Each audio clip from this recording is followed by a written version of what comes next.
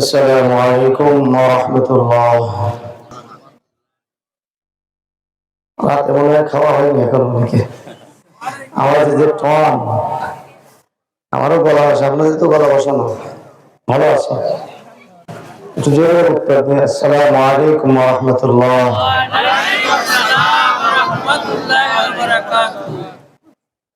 মনে করতেছি গ্রামের ছেলে, উত্তর আস্তে আস্তে দিই। আচ্ছা, যাই হোক, আলহামদুলিল্লাহ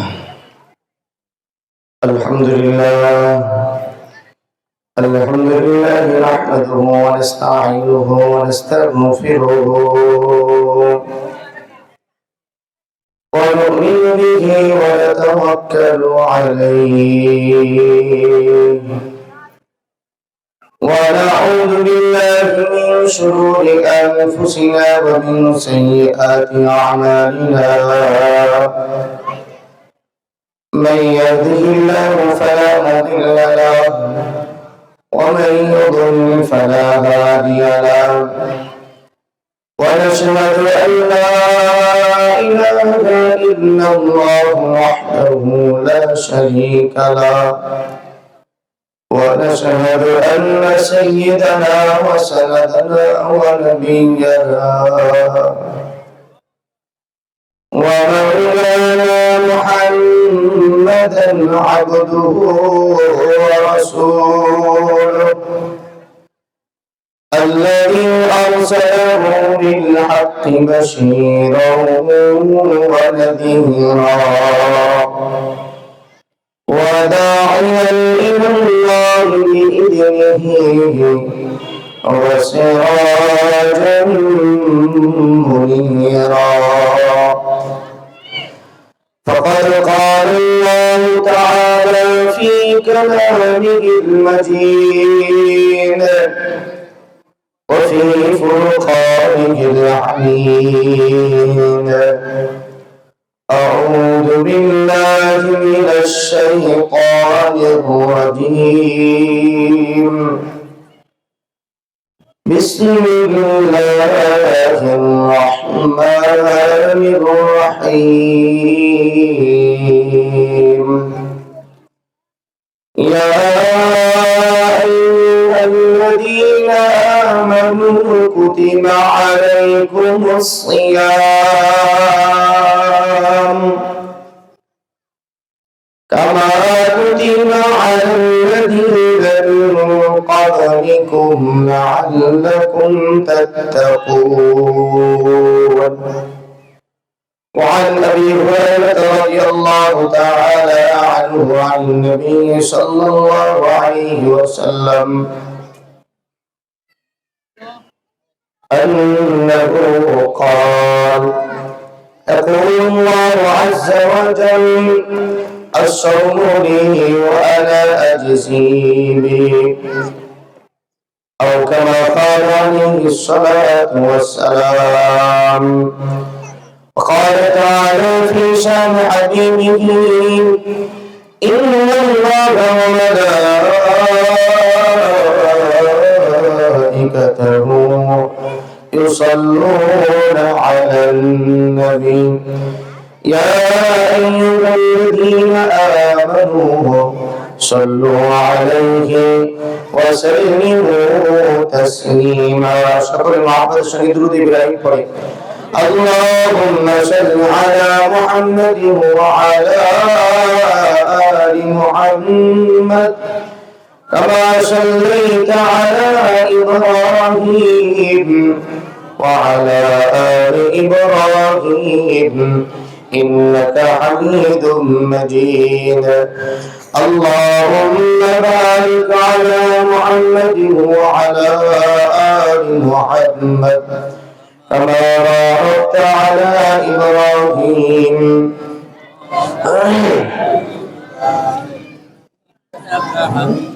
محبة سنگ بلغ العلا بكماله كشف الدجى من جماله حسنت جميع خصاله صلوا عليه وآله جل ملل العلا بكماله كشف الدجى بجماله حسنت جميع صالح محمد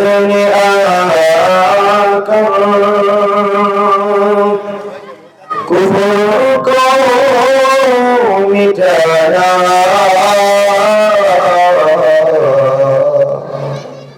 محمد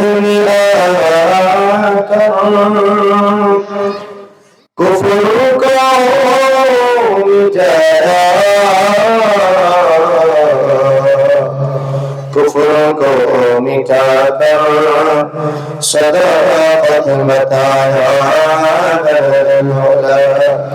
بكماله كشف الدجى بجماله حسنت جميع خصاله صلوا عليه وآله আমরা কয়েকবার মহব্বতের সঙ্গে জিকির করি লা ইলাহা ইল্লাল্লাহ লা ইলাহা ইল্লাল্লাহ লা ইলাহা ইল্লাল্লাহ লা ইলাহা ইল্লাল্লাহ লা ইলাহা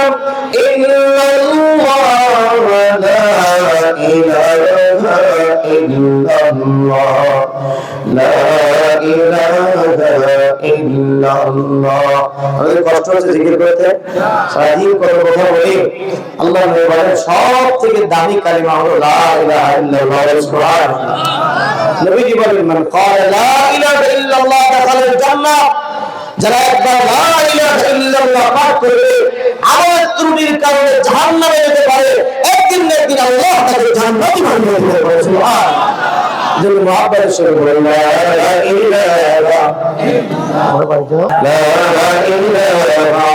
ইল্লাল্লাহ লা ইলাহা নেই কোনো মাবুদ আল্লাহ ছাড়া লা ইলাহা ইল্লাল্লাহ লা ইলাহা ইল্লাল্লাহ হায়াতুল মালিক যে আল্লাহ মৌতের মালিক সে আল্লাহ লা ইলাহা ইল্লাল্লাহ লা ইলাহা ইল্লাল্লাহ লা ইলাহা ইল্লাল্লাহ আমাদের হায়াতের মালিক কে আল্লাহ আমাদের মৌতের মালিক কে রিজিকের মালিক কে ক্ষমতা দেওয়ার মালিক কে আবার ক্ষমতা অপব্যবহার করলে ক্ষমতাটা টান দিয়ে দেওয়ার মালিক কে সেরা নাই সন্তান দেওয়ার মালিক কে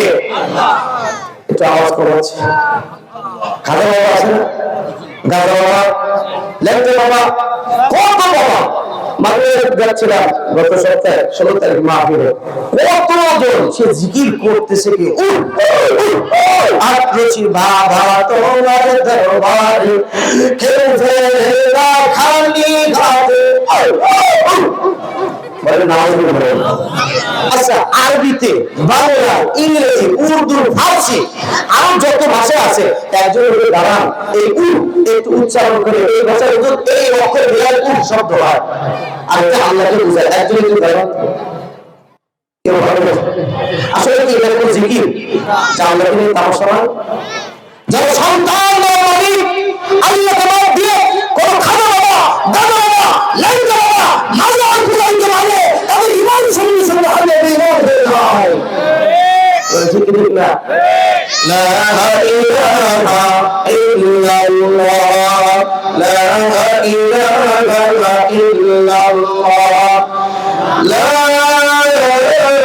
ইলাহা ইল্লাল্লাহ মুহাম্মাদুর রাসূলুল্লাহ সাল্লাল্লাহু আলাইহি ওয়াসাল্লাম ঐতিহ্যবাহী দক্ষিণ চট্টগ্রাম ফাতেমা বিনতে রাসূল সাল্লাল্লাহু আলাইহি ওয়াসাল্লাম জামে মসজিদ ও তালিমুল কোরআন মাদ্রাসা এবং এলাকাবাসীর উদ্যোগে কততম দেওয়া হয়নি, যাই হোক বার্ষিক ওয়াজ মাহফিলের আজকে সর্বজন শ্রদ্ধা ভাবের ব্যক্তিত্ব আমার অত্যন্ত শ্রদ্ধা ভাবেন উস্তাদ মুহতারাম যার কাছে আমি আলী বাতাসা করেছি হযরত মৌলভী জনাব মুস্তাফা মুন্সি সাবেক ইমাম ও খতিব আমাদের অত্র দক্ষিণ চন্দ্রমার জামে মসজিদ হুজুরের জন্য দোয়া চাই আল্লাহ তাআলা যেন হুজুরকে আমাদের মাঝে যেভাবে রেখেছেন আর অনেক দিন সুস্থতার সঙ্গে আল্লাহ তাআলা তার নেক হায়াত দারাজ করে দেন সকলে বলুন আমিন। হযরত ওলামায়ে কেরাম আমার সামনে উপবিষ্ট আমার মুরব্বী বাবারা ছেলে কচি কাচারা তরুণ যুবক ভাইরা পর্দার অন্তরালে অবস্থান আমার পরম শ্রদ্ধেয় মা বোনেরা সর্বপ্রথম আল্লাহ সুবহানাহু ওয়া তাআলার আলিশান দরবারে অসংখ্য অগণিত শুকরিয়া আদায় করছি, নত শিরে সুজুদ পেশ করছি যে আল্লাহ তাবারক ওয়া তাআলা এই অশান্তময় পৃথিবীর অশান্ত পরিবেশ থেকে পাপ পঙ্কিলতায় পরিপূর্ণ অন্ধকারাচ্ছন্ন সমাজের ঘোর আধার থেকে অমানসিয়া থেকে জুলুমাত থেকে আল্লাহ পাক তার রহমতের হাত ছাড়িয়ে দিয়ে আবার আপনার মতো কিছু গুনাহগার নালায়েক অযোগ্য মানুষকে আল্লাহ পাক নির্বাচিত করে মনোনীত করে মহব্বত করে ভালোবেসে দুনিয়ার বুকে নবী করিম সাল্লাল্লাহু আলাইহি ওয়াসাল্লামের ভাষায় জান্নাতের টুকরার মধ্যে জান্নাতের বাগিচার মধ্যে কোরআন হাদিসের মহব্বতে উলামায়ে কেরামের নিসবতে আশার বসার তৌফিক দান করলেন এবং কোরআন সুন্নাহ থেকে কিছু আলোচনা শোনার বলার জন্য এত সুন্দর চমৎকার ব্যবস্থা করে দিলেন সেই আল্লাহর প্রতি আপনারা খুশি না বেজার কম না বেশি? আমার অনেক ভাইরা যুবক ভাইরা দেখতে চেয়ারম্যান হয়ে আছেন, যুবক ভাইরা চেয়ারম্যান হওয়ার আশাটা করাটা ঠিক না। চেয়ারম্যান মানে বোঝেন অনেকে, চেয়ারম্যান মানে এখন চেয়ারম্যান না, এখন তো কেউ না আছে কেউ, মানে যারা চেয়ারে বসে আছেন ছোট অল্প বয়স তাদেরকে আমরা আহ্বান করবো, ছোট যারা মুরব্বী না ছোট যারা আছেন যুবক বয়স তারা একটু সামনে বসলে ভালো হয়। তো যেহেতু আমরা খুশি এই জন্য সেই মালিকের শেখানো ভাষায় তার শাহী দরবারে আমরা কালিমাতুশ শুকর আদায় করছি। সকলে একজনই বলছে আলহামদুলিল্লাহ। ربنا لك الحمد حمدا كثيرا طيبا مباركا فيه اللهم لك الحمد كما ينبغي لجلال وجهك وعظيم سلطانك اللهم بارك لنا في رجب وشعبان وبلغنا رمضان। এদের সকলের মুখস্থ আছে মাশাআল্লাহ। নবীজি রজব মাস যখন শুরু হতো রমজানের 2 মাস আগ থেকে এই দোয়া করে রমজানের পূর্ণ প্রস্তুতি শুরু করে দিল। সুবহানাল্লাহ।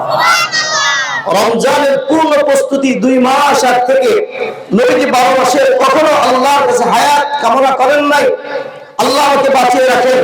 নবীজি বলেন না শুধুমাত্র রজব মাসের চাঁদ যখন দিত হতো তখন বলতেন আল্লাহ ওই মহিমান্বিত রমজানের মোবারক পর্যন্ত আল্লাহ আমার হায়াতকে প্রলম্বিত করে আমাকে এই মাস পর্যন্ত পৌঁছে দেবেন। সুবহানাল্লাহ। পূর্ণ প্রস্তুতি শুরু করে দিত। রমজানের আর মাত্র কয়েকদিন আছে, একেবারে অত্যাসন্ন, এখনো আমাদের রমজানের পূর্ণ প্রস্তুতি নেওয়ার সময়। পূর্ণ প্রস্তুতি কিভাবে নিব সে আলোচনা আমি করবো। পূর্ণ প্রস্তুতি হলো সকল অপরাধকে পরিত্যাগ করে অন্যায় থেকে বিমুখ হয়ে অন্যায়কে ছেড়ে দিয়ে তাকওয়া অবলম্বন করা, এটা হলো রমজানের জন্য প্রস্তুতি নেওয়া। সুবহানাল্লাহ। আমাদের দেশে চাকরিজীবী ব্যবসায়ী এরপরে কামার করে, বিশেষ করে ব্যবসায়ী ভাইরা প্রস্তুতি নেওয়া শুরু করে। এখন থেকে প্রস্তুতি শুরু হয়ে গেছে কি জানেন, যে খেজুর যেটা 100 টাকা ছিল সেটা 200 টাকা বানাতে হবে। রমজানের 2 দিন আগে দেখবেন ক্ষীরের যেটা 40 টাকা 1 লাখ দিয়ে বড় করে 80 টাকা 100 টাকা চলে গেছে। এটা প্রস্তুতি। আজকে আমি আমার জুমার মসজিদে বলছিলাম প্রায় 2000 মুসল্লি, অনেক ব্যবসায়ী ভাইরা বলেছিলেন, আমি বলছিলাম মুসলমানদের উচিত ছিল আমার জানা মতে শুধুমাত্র এই বাংলাদেশের মধ্যে যখন রমাদানুল মুবারক আসে তখন ব্যবসায়ীরা সিন্ডিকেট করে ব্যবসায়ীরা তারা নিজেদের লাভবান হওয়ার জন্য আকাশচুম্বী আঙ্গুল ফুলে কলাগাছ হওয়ার জন্য তারা যদি তাদের অল্প লাভ করে তাদের সংসার চলবে, কিন্তু তারা 10 টাকার মাল 20 টাকার মাল 1 লাখ দিয়ে ডবল 2 গুণ 3 গুণ বাড়ে দেয়। এটা মুসলমানদের জন্য কলঙ্ক ছাড়া কিছু নয়। উচিত ছিল কি ব্যবসায়ীরা রোজা যখন আসছে সেহরি ইফতারি করবে, অনেক হতে দরিদ্র আছে রোজা রাখে, মধ্যবিত্ত মানুষ আছে রোজা রাখে, সোনা মুখ খেজুর তারা যদি বাড়ানো হয় তারা ভালোভাবে কিনতে সক্ষম হয় না। উচিত ছিল দামগুলো অন্য মাসের তুলনায় এই মাসের একটু কমে যাবে। আল্লাহ বুঝ দান করে আমার বন্ধুরা, দুনিয়ার জন্য মানুষ কবে পাবে? দুনিয়ায় টিকে থাকার জন্য, ক্ষমতা পাওয়ার জন্য, ধন সম্পদ পাওয়ার জন্য, গাড়ি বাড়ি বানানোর জন্য, আরাম আয়েশের জন্য মানুষ প্রত্যেকটা মানুষ পাগল পাড়া হয়ে যায়, অথচ থাকতে মাত্র 60, 70, 80 বছর। আর 54 বছর থাকবে। এরা শেষ আছে, শুরু আছে কিন্তু শেষ আছে। जगह जो लगाने की दुनिया की गई, जगह जी लगाने की दुनिया की गई, इबादत की जा गई तमाशा की गई। পৃথিবী বিখ্যাত বুজুর্গ আল্লামা শাহরি তানভী রাহমাতুল্লাহ আলাইহি বলেন, ও দুনিয়ার মানুষেরা, এই দুনিয়ার জীবনটা মোর লাগিয়ে দুনিয়ার জীবনটা খেল তামাশার মধ্যে, দুনিয়ার জীবনটা টাকা পয়সা দ্বন্দ্ব তার ক্ষমতার মধ্যে কাটিয়ে বিনষ্ট করার নয়। এই দুনিয়াটা হলো আখিরাতের পাবে অর্জন করে জান্নাতের মালিক হবেন আল্লাহ বুঝে। ইবাদত কি যা গায় তামাশা নেই গায়, এটা শিক্ষার বিষয়। এই দুনিয়ায় থেকে ইতিহাস থেকে শিক্ষা নিতে হয়, এই দুনিয়ায় থেকে ইতিহাস পড়ে পড়ে তার থেকে শিক্ষা নিয়ে জীবনটাকে পরিচালনা করতে হয়। যারা ইতিহাস থেকে শিক্ষা নেয় না তাদের মতো বোকা আর নির্বোধ জগতের মধ্যে কেউ হতে পারে না। ইতিহাস থেকে শিক্ষা নেওয়া এটা কাদের কাজ? বুদ্ধিমানের কাজ। আর যারা শিক্ষা নেয় না তারা বুদ্ধিমান না নির্বোধ। আমার বন্ধুরা, আজকে 21শে ফেব্রুয়ারি, আজকে একটা দিবস না? বাংলাদেশে অনেক জাতীয় দিবস বাতিল হয়েছে। বাবার দিবস, মায়ের দিবস, ভাইয়ের দিবস, চাচার দিবস, চাচির দিবস, মরা শ্বশুরের দিবস, খালার দিবস, দেশে আসার দিবস, দেশে যাওয়ার দিবস, ভাগার দিবস, পলায়নের দিবস, অনেক দিবস ছিল, অনেকটা মৃত্যু হয়েছে।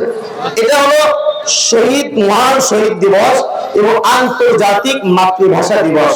এই দিনে রফিক, বরকত, শফিক, 5 জন সহ আরো বেশ কয়েকজন কোমলমতি আমার সূর্য সন্তানেরা মাতৃভাষাকে প্রতিষ্ঠা করার জন্য, জাতীয়করণ করার জন্য জীবন দিয়ে, রক্ত দিয়ে এই দেশের মাতৃভাষা এনে দিয়েছিল। আমরা তাদের জন্য সব সময় দোয়া করি, আল্লাহ পাক তাদের ভুল ত্রুটি মার্জনা করে আল্লাহ পাক জান্নাতের মেহমানসূচক কবুল করে। আমিন। সাথে সাথে আমি আমার বয়ানের শুরুতে দোয়া চাই, যেহেতু দোয়া করতে হয় শহীদদের জন্য, এটা তাদের প্রাপ্য, এটা আমাদের নৈতিক দায়িত্ব। যারা পিলখানায় এই জাতির শ্রেষ্ঠ সন্তান 54 জন সেনা প্রধানকে, একটা সেনা প্রধান বানাতে কোটি কোটি টাকা খরচ হয়, এমন 57 জন সেনা অফিসার বাংলাদেশের সূর্য সন্তান গোটা পৃথিবীকে তাক করে দেয়। আজ দেশের সেনাবাহিনী সেই সেনা সদস্যকে যারা শহীদ করেছে, আল্লাহ তাদেরকে জালিম করে দাঁড়িয়ে দিয়েছে। আমরা সেই সমস্ত সেনা প্রধান যারা শহীদ হয়েছেন তাদের জন্য আমরা মাগফিরাতের দোয়া করি, আল্লাহ পাক যেন তাদেরকে শাহাদাতের মর্তবা দান করে। আমিন। 2013 সালে আপনার 5 মে শাপলা চত্বরে লক্ষ লক্ষ জনতাকে ঘুমন্ত, তাহাজ্জুদরত, জিকিররত কোমলমতি মাসুম বাচ্চা ওলামায়ে কেরামকে পাখির মতো নির্বিচারে হত্যা যারা করেছিল, যারা শহীদ হয়েছেন তাদের জন্য দোয়া চাই, আল্লাহ পাক যেন তাদেরকে জান্নাতুল ফেরদাউস দান করে। আমিন। এরপরে স্বাধীনতার সুবর্ণ জয়ন্তীতে ব্রাহ্মণবাড়িয়া হাটাজারি সহ বাংলাদেশের উলামায়ে কেরামকে শহীদ করা হয়েছিল। মুক্তাদির মন্ত্রী আজকে তারা কোথায় রয়েছে, তাদের কোনো হদিস নাই। যাই হোক, তাদের জন্য দোয়া চাই। সর্বশেষ জুলাই এবং আগস্টের মহাবিপ্লবের পর কোমলমতি আমার 2000 প্রায় সন্তানেরা এক পত্রিকায় রিপোর্ট করেছে 73 জন সেখানে ছাত্র এবং আপনার মাদ্রাসার ছাত্র উলামায়ে কেরাম ছিলেন।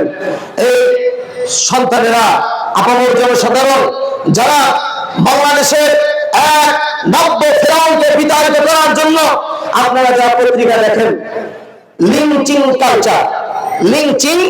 কালচার মুজিব এবং আপনার তার কন্যা আমল নামা এটা তুলে ধরা হয়েছিল। তাদের একটা নীতিমালা ছিল লিঞ্চিং কালচার, অর্থাৎ নির্বিচারে হত্যা করা। বাংলা হবে কি, পত্রিকার কথা বলছে, আমার কাছে চলে আসে। এর অর্থ হলো যারা আমার মতের বাইরে যাবে, যারা আমার দলের বাইরে যাবে তাকে হত্যা করে দাও। হত্যা করার সিস্টেম ওইখানে কয়েকটা এনেছেন পত্রিকার মধ্যে।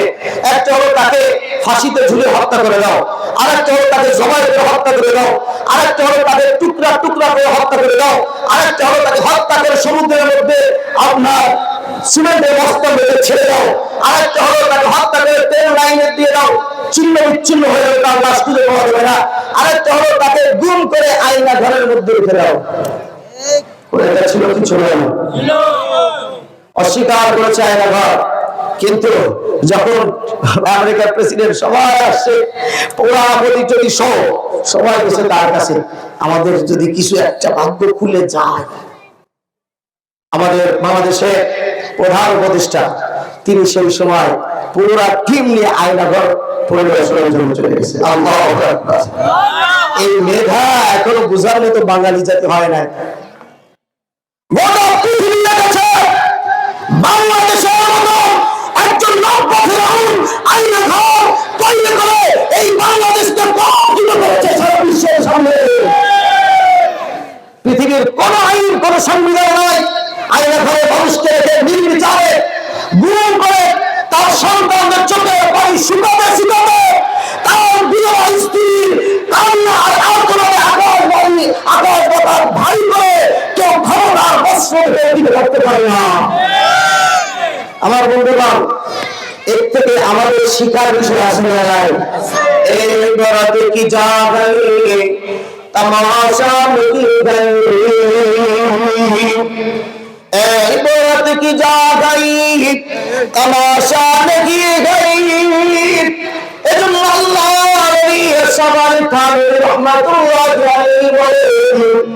এই দুনিয়া শিক্ষার বিষয় রয়েছে।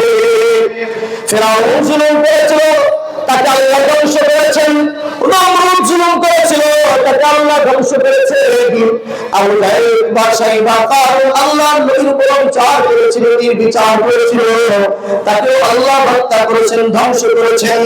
এই গোটা পৃথিবীর মধ্যে যারাই জুলুম আর ক্ষমতার অপব্যবহার করবে, এই চার পেয়ে জনগণের স্বার্থের আগে নিজের স্বার্থ অর্জন করার জন্য যারা চেষ্টা করবে, আল্লাহ পাক তাদের মতো নমরুদ আর ফিরআউনের মতো আল্লাহ তাদেরকে লাঞ্ছিত করবেন, এমন ভাবে করবেন কোনদিন কল্পনা করতে পারবে না।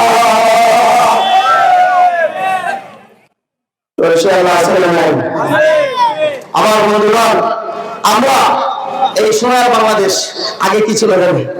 সোনার বাংলাদেশ, নতুন বাংলাদেশ, এরপরে হলো ডিজিটাল বাংলাদেশ, এরপরে হলো স্মার্ট বাংলাদেশ বলে সর্বশেষ স্টেজ ভেঙে পড়ে এরপরে দেওয়া হয়েছে। আমরা সোনার বাংলাদেশ দেখতে চাই না, আমরা নতুন বাংলাদেশ দেখতে চাই না, আমরা ডিজিটাল বাংলাদেশ দেখতে চাই না, আমরা স্মার্ট বাংলাদেশ দেখতে চাই না, আমরা পুরো বাংলাদেশ দেখতে চাই।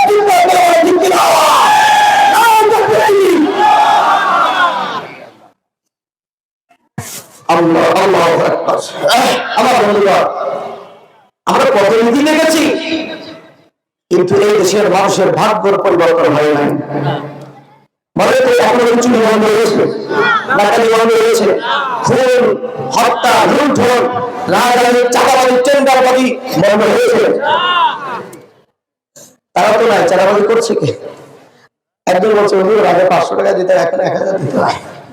বলছে জিবরাইল আলাইহিস সালাম আসে নাকি? এখন তো তারা নেশা মামু বাড়ি নেই, তারা বলেন ফেরেশতারা আসে আমাদের মতো আরেকজন আসে। তাহলে এর অর্থ কি?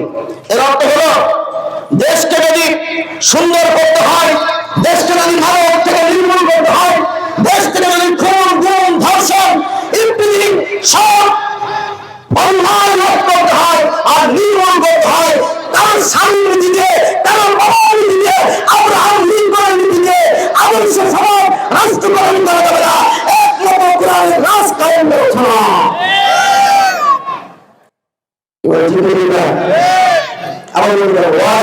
আমি বলবো আগে একটু যে তৈরি করে আপনার আলোচনা করবো কি বলছে এগুলো মনে করেন প্রত্যেকটা মানুষের জন্য জিহাদি চেতনা অন্তরে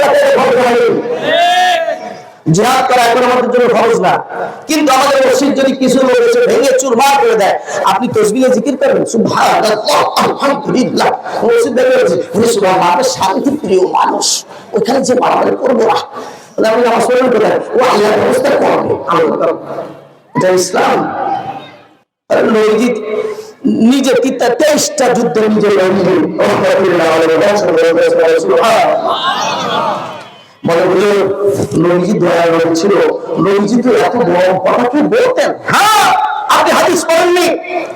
নবী যখন কথা বলতেন, মুসলিম শরীফের মধ্যে হাদিস আছে, আলা সাউতুহু, নবীর আওয়াজ উঁচু হয়ে যেত, ওয়া মাবরাজুহু, নবীর চেহারা লাল হয়ে যেত, নবীর চেহারা সুন্দর ছিল, চাঁদেরকে হার মানিয়ে দেয়, নবীর চেহারা লাল হয়ে যেত, কান্নাহু মুনজু জাইশিন, কেমন যেন সেনা প্রধান সেনাবাহিনী প্রধান দিচ্ছেন। সুতরাং যখন বাতিল্লাহ ইসলামের বিপক্ষে অবস্থান নেয়, মুসলমান আউলামায়ে কেরামকে ধ্বংস করার জন্য উলামায়ে কেরামকে জঙ্গি বানিয়ে নাটক মঞ্চস্থ করার অপচেষ্টা করা হয়, তখন আর প্রধান নীরব নয়, নরম নয়, তখন গরম বসে কথা বলা, এটা নবীর সুন্নাত, এটা সাহাবায়ে কেরামের সুন্নাত। আমার বন্ধুগণ, আপনারা দেখেছেন রাকাল্লাহা এই কয়েকদিন যাবত আল্লাহ নবীকে মুক্তি করেছেন, বাংলাদেশ আজকে রাজপথে নেমে এসেছে, কারণ আমাদের দেশে জাতি ধর্ম বর্ণ নির্বিশেষে সকলেই নবী করিম সাল্লাল্লাহু আলাইহি ওয়াসাল্লামকে যারা মুসলমান দাবি করে বলেন ভালোবাসেন, তারা বলেন কিছু তাকবীর দেন না, লিল্লাহি তাকবীর, আল কোরআনের আলো, আল হাদিসের আলো, এর সাথে একটা অ্যাড করবেন, আল কোরআনের আলো সংসদে আলো করেছে কি ঠিক না? বলেন আল কোরআনের আলো, আল্লাহ কবুল করে বলে আমিন। তার কারণ হলো 54টা বছর আমরা দেখেছি বাবার নীতি, স্বামীর নীতি, আব্রাহাম লিঙ্কনের নীতি, দাদার নীতি, কোরআন নীতি, বাংলাদেশের মানুষের শান্তি ভাগ্য পরিবর্তন করতে পারলে যতক্ষণ পর্যন্ত মুহাম্মদ রাসূলুল্লাহ সাল্লাল্লাহু আলাইহি ওয়াসাল্লাম আনবো এই শাসনবাদী সংসারের বাংলাদেশে বাস্তবায়ন না হবে, ততক্ষণ পর্যন্ত দেশ থেকে দুর্নীতি হবে না, সন্ত্রাস মুক্ত হবে না, চাঁদাবাজি কেন্দ্রের মুক্ত হবে না। এই জন্য এটা সংসদ দরকার আছে না? লাভ কি? এটা লাভ ইতিহাসের অনেক দূরে যাওয়ার দরকার নেই, আপনি কাছের দিকে দেখেন, আফগানিস্তানের দিকে দেখেন। আল্লাহ রাব্বুল আলামিন ধ্বংস স্তূপ থেকেও যদি কাউকে বিজয় দিতে চান, আল্লাহ সেই ধ্বংস স্তূপ থেকেও বিজয় দিতে পারে না। আফগানিস্তানে বাড়িঘর ছিল না, ব্যাংকগুলো ধ্বংস করে দিয়েছেন, ডাক্তারখানা চিকিৎসালয়গুলো ধ্বংস করে দিয়েছেন, মৌলবাদীদের সব ঘুরিয়ে দিয়েছে, $900 বিলিয়ন সম্পদ আমেরিকা খেয়েছে। এরপরে মুসলমানরা পৃথিবীর পর শক্তির কাছে মাথা নত করে মাথা নত করে নাই, কারণ এই মুসলমানরা মাথা নত করা জাতি নাকি বলেন ঠিক না? মুসলমানরা বিশ্বাস করে, আল্লাহ পাক জানিয়ে দিয়েছেন ওয়ালা তাহিনুন ওয়ালা তাহজানু ওয়া আনতুমুল আ'লাউনা ইন কুনতুম কুনতুম মুমিনিন। আল্লাহ পাক বলেন তোমরা চিন্তা করো না, তোমরা ভয় করো না, তোমরা যদি সত্যিকার মুমিন হয়ে থাকো তোমাদের বিজয় তোমাদের প্রত্যেকের প্রয়োজন করবে। সুবহানাল্লাহ। বলছে কে? আল্লাহ। এই আফগানিস্তান যখন বিজয় হলো, আপনারা যারা পত্রিকা দেখেন, গোটা পৃথিবী মাদকের রাজধানী ছিল আফগানিস্তান। গোটা পৃথিবীর মাদকের রাজধানী ছিল, আফিমগুলো চাষ হলো সেখানে। কিন্তু মাদক বলেন তো হালাল না হারাম? আমার যুবক ভাই তাদের জন্য হালাল। যুবক জায়গায় কথা বলে কোন জায়গায় কাজ দিচ্ছেন? যুবকদের জন্য হারাম না হালাল? হারাম। আবার যুবক ভাইয়া, এই মাদক যেহেতু হারাম করেছেন কে? আল্লাহ। আল্লাহর প্রতি অবিচল বিশ্বাস আর ভালোবাসা রেখে এই মাদকের আফিম গাছকে সব করে ফেললো। সেখানে আনার লাগিয়ে দিল, বিভিন্ন ফ্রুট লাগিয়ে দিল। এরপর আল্লাহ পাক এত বাম্পার ফলন দিলেন, যা মাদকের থেকে তারা লাভবান হয়ে উপার্জন করতো তার থেকে কয়েক গুণ আল্লাহ বরকত দান করেছিলেন। পত্রিকায় রিপোর্ট করেছে গোটা পৃথিবীর মধ্যে 10টা দেশে যে মুদ্রার মূল্য সব থেকে টপ লেভেলে, তাদের মধ্যে আফগানিস্তান করেছেন কে? আল্লাহ। আমার বন্ধুরা, যাই হোক, ভূমিকা স্বরূপ কিছু কথা হয়ে গেল। বলছিলাম জিহাদের চেতনা রাখা এটা সবার জন্য ফরজে আইন। যখন জিহাদের ঘোষণা আসবে তখন আর ঘরে বসে থাকার সুযোগ থাকবে না। তখন যা যা আছে সেটা নিয়ে ইসলামের পক্ষে শত্রুর মোকাবেলা করার জন্য তৈরি হওয়া মানসিকতা রাখা, এটা সকলের জন্য জরুরি। বিপ্লবের মাধ্যমে, জিহাদের মাধ্যমে ইতিহাস পরিবর্তন হয়। এই যে গোটা বাংলাদেশে মুসলিম আর কিছু কোমলমতি সন্তানেরা যখন দাঁড়িয়ে গেল, পৃথিবীর মধ্যে আমার জানা মতে 3 নম্বর হয়ে গেছিলেন। শক্তিশালী যত বাচ্চা আছে আমাদের দেশে ওই 3 নম্বরে ছিল। কয় নম্বর? আমার মনে হয় আর কয়েকদিন গেলে 1 নম্বর চ্যাম্পিয়ন ছাড়িয়ে যেত। তাহলে চ্যাম্পিয়ন তো 3 বার হয়নি, যদিও বোধ ছাড়া, তারপর হয়েছে। যাই হোক, তো এই 3 বার হওয়ার পর বাংলাদেশে কিছু কোমলমতি সন্তানেরা যখন বিজয় আপনার নিজের জান বাজি রেখে, যখন আল্লাহর উপর বিশ্বাস রেখে আন্দোলন করেছে, নারায়ে তাকবীর স্লোগান দিয়ে মুখরিত করেছে। এরপর যখন মুয়াজ্জিন আযান হয়েছে, আল্লাহু আকবার, সীসা ঢালা পেছের মধ্যে দাঁড়িয়ে একবার তকবীরে পিস গরম পিসের উপর যাই নামাজ বাড়িয়ে তারা নামাজ দিয়ে আল্লাহকে সাহায্য করেছে। আল্লাহ সাহায্য করেছেন কি করেন নাই? আল্লাহ পাক এমন ভাবে সাহায্য করেছে আমরা কোনদিন কল্পনা করতে পারি নাই। এই শক্তিকে বাংলাদেশ কেন পৃথিবীর কোন শক্তি পরাস্ত করতে পারে না, কিন্তু আল্লাহ পাক দেখিয়ে দিয়েছেন এই বরফ কি যা হয় তামাশা দেখি হয় পৌঁছিরু ফিল আরদ ফানজুরু কাইফা কানা আকিবাতুল মুজরিমিন। জমিন ভ্রমণ করো, আর মুজরিম যারা রয়েছে, জালিম যারা রয়েছে, তাদের পরিণাম ঘুরে ঘুরে ঘুরে দেখো। জুলুম এত মাত্রায় বেড়ে গেছে, আল্লাহ পাক এমন ভাবে আল্লাহ পাক ধ্বংস করেছেন, মানুষেরা কল্পনা করতে পারে না। সুবহানাল্লাহ। আমি বলতে চাই, এই যে প্রায় 6 মাস হয়ে গেল না, জঙ্গি নাটকটা একটা আমরা দেখেছি। বিভিন্ন সময় হুজুরকে ধরে নিয়ে জঙ্গি নাটক দিয়ে আপনারা দেখতেছেন, মিডিয়ায় অনেক আলোচনা চলতেছে। একজন আলেম, একজন ইমাম সাহেবকে জঙ্গি বানিয়ে তার স্ত্রীকে 3 বার 4 বার কসরের ভয় থেকে ধর্ষণ করে ওই স্ত্রীকে মৃত্যুর মুখে ঠেলে দিয়েছে। একে এখনো ফাঁসির কাস্টে ঝোলানো হয় না। আমরা দাবি করি এমন কুলাঙ্গার বাংলাদেশে একদম নির্জন নয়, আবার এখনো আছে। এদেরকে যতক্ষণ পর্যন্ত বিভিন্ন আইনের মাধ্যমে এদেরকে এমন করে এদেরকে পাকড়াও করে ফাঁসির কাস্টে না ঝুলে সঠিক বিচার না করে বাংলাদেশ সুশৃঙ্খল ভাবে চলতে পারবে না। আমার বন্ধুরা, যাই হোক, আমি আর লম্বা যাচ্ছি না। এখন আমি আপনাদের সামনে সূরা বাকারার 183 নম্বর আয়াতে কারিমা তিলাওয়াত করেছি। বুখারী শরীফে বর্ণিত রাসূল করিম সাল্লাল্লাহু আলাইহি ওয়াসাল্লামের ছোট্ট একটি হাদিস আমি পাঠ করেছি আপনাদের সামনে। আসলে আজকে আমি আলোচনা করতে চেয়েছিলাম মা বাবা সম্পর্কে কিছু আলোচনা, কিন্তু আমাদের সম্মানিত ইমাম খতিব সাহেব মাওলানা সাইফুল্লাহ সাহেব হুজুর এই বিষয়ে মোটামুটি ভাবে আলোচনা করেছেন না মাধ্যমিকের পরে আমি শুনেছি। এই জন্য বলতেছি, ভাবছিলাম যে একই আলোচনা রিপিট না করে, যেহেতু একটা শুনেছে নতুন কিছু শোনার দরকার, ওই সময় জেনের মধ্যে কিছু হাজির করলাম। যেহেতু রমজান অত্যাসন্ন, রমজান সম্পর্কে কিছু আলোচনা করব যতটুকু পারা যায়। আপনার রাগ হচ্ছে?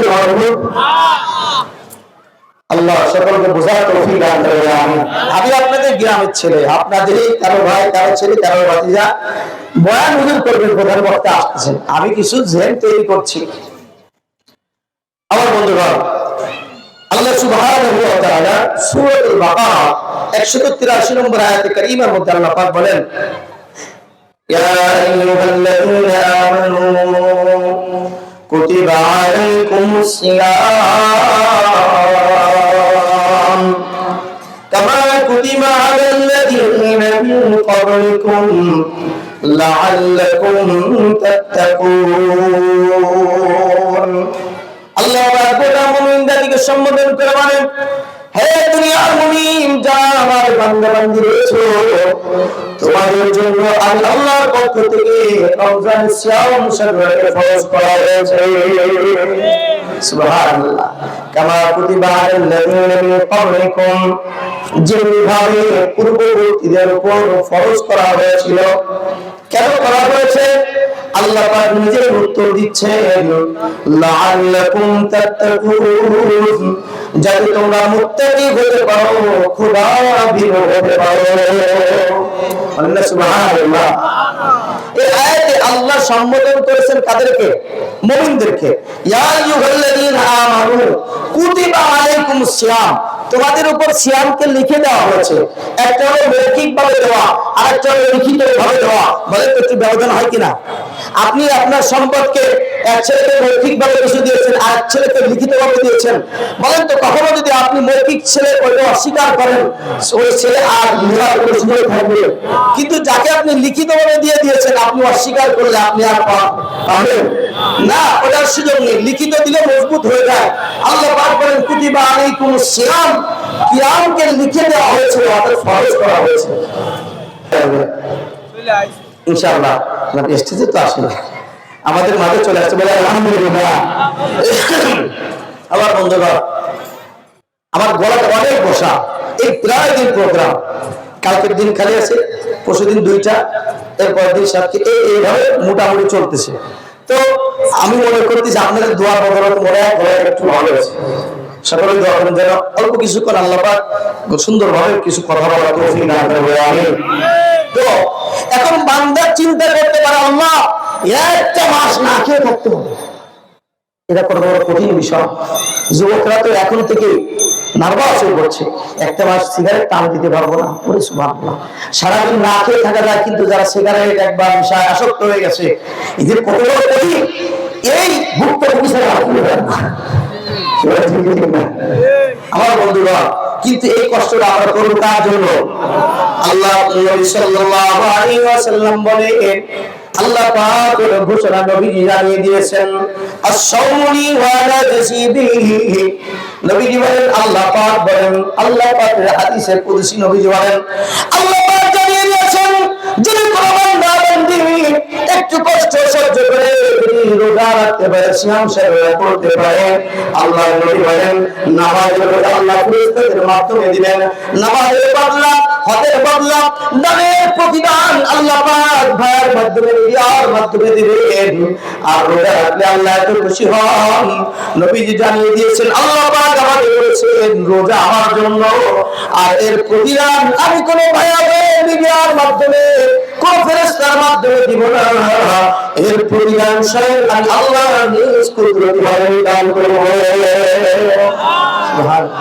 এই আল্লাহর হাত থেকে, কুদরতি হাত থেকে পুরস্কার যারা নিতে চায়, লিল্লাহি তাকবীর, নারায়ে তাকবীর। আল্লাহ সকলকে বলে আমিন। রোজা না রেখে দোকানে দেখে আমার বন্ধুরা এখন নার্ভাস হতে পারে, হুজুর অনেক কষ্ট, আল্লাহ একটা সান্ত্বনা দিয়েছে কি জানেন, কামা কুতিবা আলাল্লাযীনা মিন ক্বাবলিকুম, যেভাবে তোমাদের পূর্ববর্তীদের উপর ফরজ করা হয়েছিল। দেখেন যখন বলা হয় একটা মেয়েকে বিবাহ দেওয়া হয়, যখন নতুন শ্বশুর বাড়িতে যায়, মা বুঝায়, খালা বুঝায়, চাচাতো বোন, খালাতো বোন, তারা বলে যে তুমি কোনোদিন রান্না করোনি জানি, তুমি কোনোদিন আপনার এই সংসার করোনি জানি, কিন্তু আমরাও এমন একটা সিচুয়েশন আমাদের ছিল, এমন একটা সময় আমাদের ছিল, আমরাও কিন্তু কয়েকদিন অভ্যাস হয়ে আমরা এখন অভ্যস্ত হয়েছি, কোনো কষ্ট নাই। এই আশ্বাস যখন দেয় তখন এই নতুন পুত্রবধূর অন্তরের মধ্যে একটু শক্তি জোগাড় হয় না? ছেলে যখন নতুন কাজে যায়, বাবা বলে এই কাজটা আমিও করেছি তুমি পারবে, যখন বাবা বলে এই কাজ তুমি পারবে, মা বলে এই কাজ তুমি পারবে, আমিও এটা করেছি, আর বন্ধু বান্ধব বলে আমরাও করেছি তুমি পারবে, এটা কোনো কঠিন কোনো বিষয় নয়, তখন তার অটোমেটিক তার 80% শক্তি অন্তরে চলে আসে। আল্লাহ বলেন কামা কুতিবা আলাল্লাযীনা মিন ক্বাবলিকুম, ও দুনিয়ার মানুষেরা ভয় পেও না, রমজানের রোজা তোমাদের উপর আমি আল্লাহ ফরজ করেছি। এই রমজানের রোজা আমি আদম আলাইহিস সালামের উম্মতের উপর ফরজ করেছিলাম, নূহের উম্মতের উপর ফরজ করেছিলাম, মূসা আলাইহিস সালামের উম্মতের উপর ফরজ করেছিলাম, তোমাদের জাতির পিতা ইব্রাহিম আলাইহিস সালামের উম্মতের উপর ফরজ করেছিলাম, ঈসা আলাইহিস সালামের উপর ফরজ করেছিলাম, দাউদ আলাইহিস সালামের উম্মতের উপর ফরজ করেছিলাম, ঈসা আলাইহিস সালামের উম্মতের উপর ফরজ করেছিলাম, সুলাইমান আলাইহিস সালামের উম্মতের উপর ফরজ করেছিলাম, গোটা পৃথিবীর সমস্ত মুসলমানদের উপর ফরজ করেছিলাম। তারা যেহেতু পেরেছে তোমরা মনে ভেঙো না, তোমরা রাখার চেষ্টা করো, আমি আল্লাহ দান করি। আজকে গোটা বিজ্ঞান, গোটা চিকিৎসা বিজ্ঞান আসতে বলছে, চিকিৎসা যখন আমরা করি, রমজানের বাইরে যত রোগী আমাদের চেম্বার আসে, রমজানের মধ্যে অনেকাংশে রোগী আমাদের চেম্বার খালি হয়ে যায়। সুবহানাল্লাহ। তার কারণ কি? রোজা যখন রাখে, এই রোজা রাখার বদৌলতে আল্লাহ পাক বহু জীবাণু ওই শরীর থেকে দূর করে দেয়। অন্য সময় ডাক্তাররা বলে পেট খালি রাখলে এটা গ্যাস হয়, এই জন্য ঘরে কোনো খাবে, কিন্তু রমজানে যারাই পেট খালি রাখে শুনে সাদেক লেসুর গোটা বিশ্ব বিজ্ঞান বলছে এর দ্বারা তার গ্যাস হয় না, এর দ্বারা তার শরীর সুন্দর হয়ে যায়। বলেন কে? আল্লাহ বলেন وَلَأَنَّ أَهْلَ الْقُرَىٰ آمَنُوا وَاتَّقَوْا لَفَتَحْنَا عَلَيْهِم بَرَكَاتٍ مِّنَ السَّمَاءِ وَالْأَرْضِ। আল্লাহ পাক বলেন কোন জনপদবাসী, কোন গ্রামবাসী, কোন দেশবাসী যদি মুত্তাকি হয়ে যায়, আল্লাহ পাক বলেন আমি আল্লাহ আসমান আর জমিনের বরকতের দরজা রয়েছে, সমস্ত বরকতের দরজাগুলো উন্মুক্ত করে দেয়। আচ্ছা এখন আলু কয় টাকা খাচ্ছেন আপনারা কেজি? 16 টাকা। আর ঝাল মরিচ আর কম, পেঁয়াজ মাত্র কিছুদিন আগে আমি 100 টাকা পেয়েছিলাম, মাত্র কিছুদিন আগে পেঁয়াজ 100-200 টাকা পেয়েছি, ঝাল 300-400 টাকা সুই হয়ে গিয়েছিল না? তখন তো দাদা বাবুরা দিচ্ছিল, এখন দেওয়া বন্ধ করে দিয়েছি। বাংলাদেশ এখন বুঝতে পারবে আমরা কিছু দিব না, তাদের চিকিৎসা দিব না, তাদের আলু পেঁয়াজ দিব না, তাদেরকে ডাউন দিব না, ইম্পোর্ট সব বন্ধ করে দিব, বাংলাদেশ না খেয়ে মারা যাবে। এখন আমরা পত্র পত্রিকায় দেখতেছি তারাই হাউমাউ করে কাঁদতেছে, বাংলাদেশের কিছু রোগী আমাদেরকে দেয়, নতুবা আমাদের সব ডাক্তারখানা বন্ধ হয়ে গেল, আমাদের হাসপাতাল গুলো হাহাকার করতেছে, আমাদের রেস্টুরেন্ট গুলো, আমাদের পরিবার গুলো কিভাবে চালাবে, একেবারে তাদের বিরুদ্ধেই তারা নিজের আন্দোলনের অবস্থায় রয়েছে। আচ্ছা আমরা সব তাদের বন্ধ করে দিয়েছি, এরপরে আমরা করে খাচ্ছি বরকত দিয়েছে খেয়ে। এটা কি প্রমাণ হয়? এটা আল্লাহ পাকের আয়াত প্রমাণ হয়। যদি কেউ আল্লাহর প্রতি অবিচল বিশ্বাস আর আস্থা রেখে তাকওয়া অবলম্বন করতে পারে, পৃথিবীর সমস্ত নাস্তিক আর বক্তাদের করতে পারে, আল্লাহর শত্রু, রাসূলের শত্রু, তাদের সঙ্গে কোনো কূটনৈতিক সম্পর্ক থাকবে না, তারা সব বন্ধ করে দিতে পারে। আল্লাহ যদি করে বাধ্য হয়ে যায়,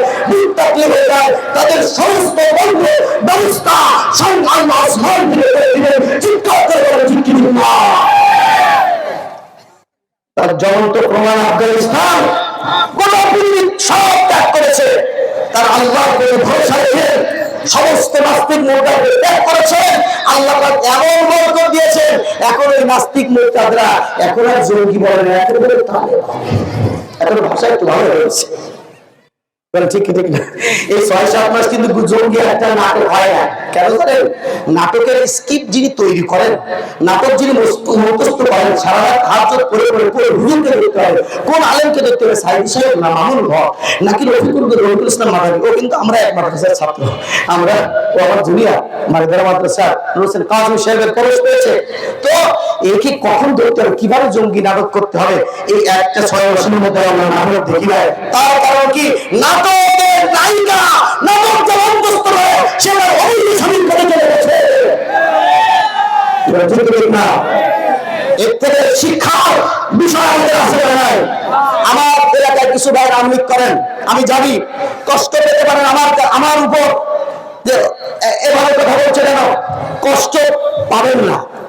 এজন্য বলছি, যদি বুদ্ধিমান হয়ে থাকে, আমি যেখানে খিতাবাদ করি মাঝে আমার উপরে চাপ ছিল, চাকরি প্রায় চলে গিয়েছিল, অর্ধেক দিয়েছিল, অর্ধেক ছিল, কিন্তু এলাকাবাসী আর আমার যখন যখন ফুসকে হয়েছে, চাকরি যেরকম ছিল আরো মজবুত হয়েছে। আমার বন্ধুরা, তার কারণ হলো আপনার আমলিকের ভাইরা রাগ করবেন না, এজন্য কোন নেতার যদি আমরা অনুসরণ করি, এই নেতার কাজ হলো তার অধীনস্থ সকলের আপদে বিপদে সুখে দুঃখে তাদের পাশে থাকা। যে নেতা, যে নেত্রী, তার পরিবার, তার ছেলে, তার মেয়ে, তার সমস্ত পরিবারকে বিদেশে সেটেল করে, একটা বোন ছিল তাকে দিয়ে 3 মিনিট টাকা বোন করে দিয়ে করতে পারে, কোন বিবেক না, কোন বুদ্ধিমান সে আইনি করে করতে পারে না। ঠিক না? তার পিছনে দেওয়া, আল্লাহ ছেলে পিছনে দেওয়া, ইসলাম পিছনে দেওয়া, কুরআনের পিছনে দেওয়া, আখিরাত বড় হবে, এই সমস্ত সাদাবাবা আর নাস্তিক উল্টাদের পিছনে দেওয়া কোনো লাভ না।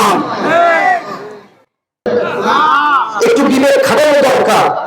আমি কোন নেতার জন্য আমি রাস্তায় নামতেছি, ওইটা বলতেছে আমি চলে আসতেছি, আমি 1 মাসের ভিতরে ইউনুস দৌড়ে পালাবে কোথায় তোমরা জানো না। কখনো 26 তারিখ, কখনো 28 তারিখ, কখনো 1 মাস নেতানেত্রী জানাতে সবাই নামেন।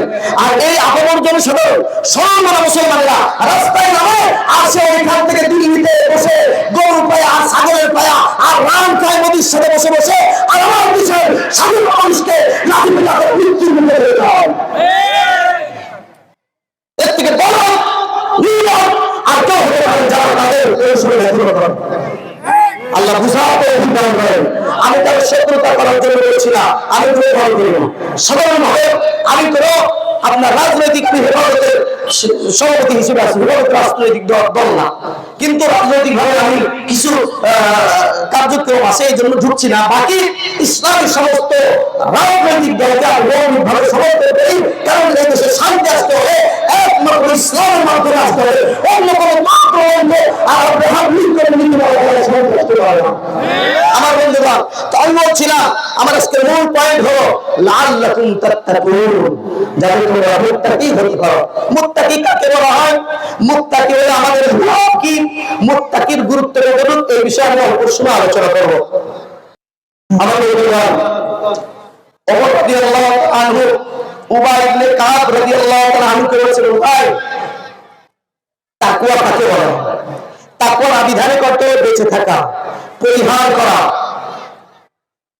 আবিধানিক অর্থ, পারিভাষিক অর্থ হলো আল্লাহ এবং রাসূল কর্তৃক যে নীতিমালা, যে নীতি আদর্শ রয়েছে, এটাকে বাস্তবায়ন করতে গিয়ে নিজের সমস্ত চাহিদা ফেলে দিয়ে আল্লাহ রাসূলের নীতিকে জীবনে বাস্তবায়ন করা।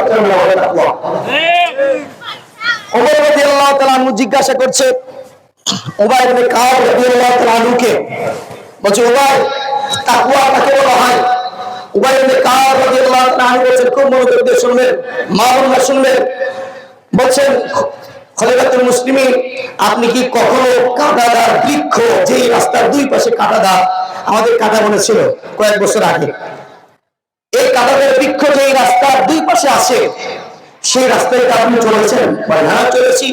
খুব অসতর্ক অবস্থায় না, খুব সতর্ক অবস্থায় চলেছেন, বলে খুব সতর্ক অবস্থা, যাতে করে ডান থেকে বাম থেকে নিচ থেকে কোনো পাশ থেকে আমার কাটা আমার পায়ে উঠতে না পারে, গায়ে উঠতে না পারে। ওবে ইবনে কাব রাদিয়াল্লাহু তাআলা বলেন, এটাই হলো তাকওয়া। বলে সুবহানাল্লাহ। এটাই হলো তাকওয়া। এর মর্মার্থ কি? এর অর্থ হলো এই দুনিয়ায় যখন আপনি চলবেন, আপনার ডান দিকে গোনা, বাম দিকে গোনা, ডান দিকে সুদের কাটা, বাম দিকে ঘুষের কাটা, ডান দিকে থাকবে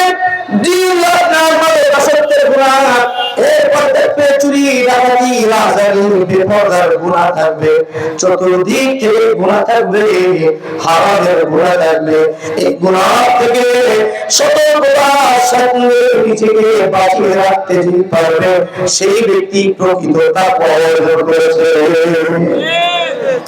বলেন তো, আমাদের চারপাশে গুনাহ আছে না নাই? ডানে বামে পেছনে সব দিকে গুনাহ আছে না নাই? নামাজ পড়ছে, হজ করছে, অনেক যাকাত দেয়, এরপরে সুদে ইন্টারেস্ট ছাড়তে পারে না, এমন বুজুর্গ আছে না? কত বড় বুজুর্গ হাজি সাহেব এসে একজন সুদ দিবে, এই দোয়ারের মধ্যে দে, আমি হজ করে আসছি জানিস না, সুদের টাকা হজ করে আসলে হাতে এদের দোয়া দিচ্ছে।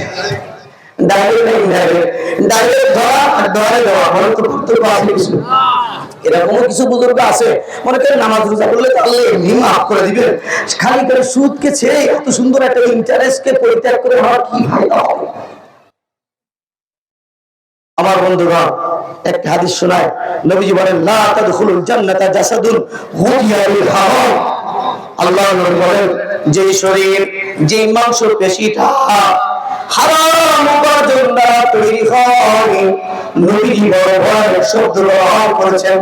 আল্লাহ নবী বলেন, ও দুনিয়ার মানুষেরা, নামাজ পড়ছো মনে করছো আমি জান্নাতি হয়ে গেছি, যাকাত দিয়ে আমি জান্নাতের সার্টিফিকেট কিনে ফেলেছি, হজ করতে গিয়েছি জান্নাতের ফেরদাউস মালিক হয়ে গেছি। নবীজি বলেন, না, যতক্ষণ পর্যন্ত তোমার হালাল খাবার না হবে, হারাম দ্বারা পতিত শরীর আল্লাহর জান্নাতে প্রবেশ করবে না। আল্লাহর জান্নাতে যদি হারাম দ্বারা যদি প্রবেশ না করে, আপনি কিভাবে জান্নাতে যাবেন? অথচ হারামে পরিত্যাগ করা এটা ফরজ, হালাল উপার্জন খাওয়া এটা ফরজ, এটা আমাদের ম্যাক্সিমাম মুসলমানরা জানে না।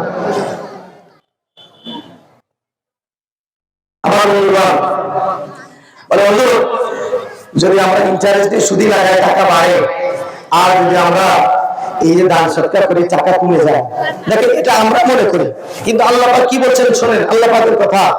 আল্লাহ পাক বলেন, ইয়ামহাকুল্লাহু রিবা ওয়া ইউরবিস সাদাকাত।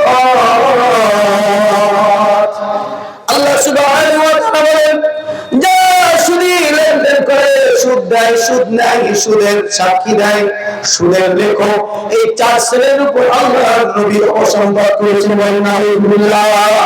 আল্লাহ নবী নাম, আল্লাহ পাক বলেন, যারা সুদ খায়, সুদের সঙ্গে জড়িত, তাদের সম্পদগুলো আল্লাহ মিটিয়ে দেন। আমরা দেখি বাড়ে আর আল্লাহ পাক বলে কমে যায়, বলে তো সত্যিকার কথা। আল্লাহ পাক বলেন, সুদের টাকা বাড়ে না, সুদের টাকা বাহ্যিক দৃষ্টিতে তোমার কিন্তু সুদখোর যে সুদ খায়, এমন একটা সময় আসবে তার অন্তরের মধ্যে কোনো শান্তি থাকবে না। সুদ যে খাবে তার পরিবারের মধ্যে শান্তি থাকবে না। সুদ যে খাবে এমন একটা সময় আসবে লক্ষ লক্ষ কোটি কোটি টাকা সুদের মাধ্যমে হবে, কিন্তু ওই সুদের টাকা সে ভোগ করতে পারবে না। এটাকে বলা হয় নিচে দেওয়া। আর আল্লাহ পাক বলেন, ওয়াইরুবিস সাদাকা, যারা মসজিদে দান করে, মাদ্রাসায় দান করে, বিনোদনে দান করে, এতিমদের লালন পালন করে, অনাথ ও সহায়দের দেখভাল করে, আল্লাহ পাক বলেন, ওয়াইরুবিস সাদাকা, তাদের সম্পদ আমি আল্লাহ বাড়িয়ে বলেন সুবহানাল্লাহ। বলে কিভাবে বাড়ে? একটা বাড়া হলো আল্লাহ পাক যে বাড়িয়ে দেন, আর একটা হলো আল্লাহ পাক দান করে দেন।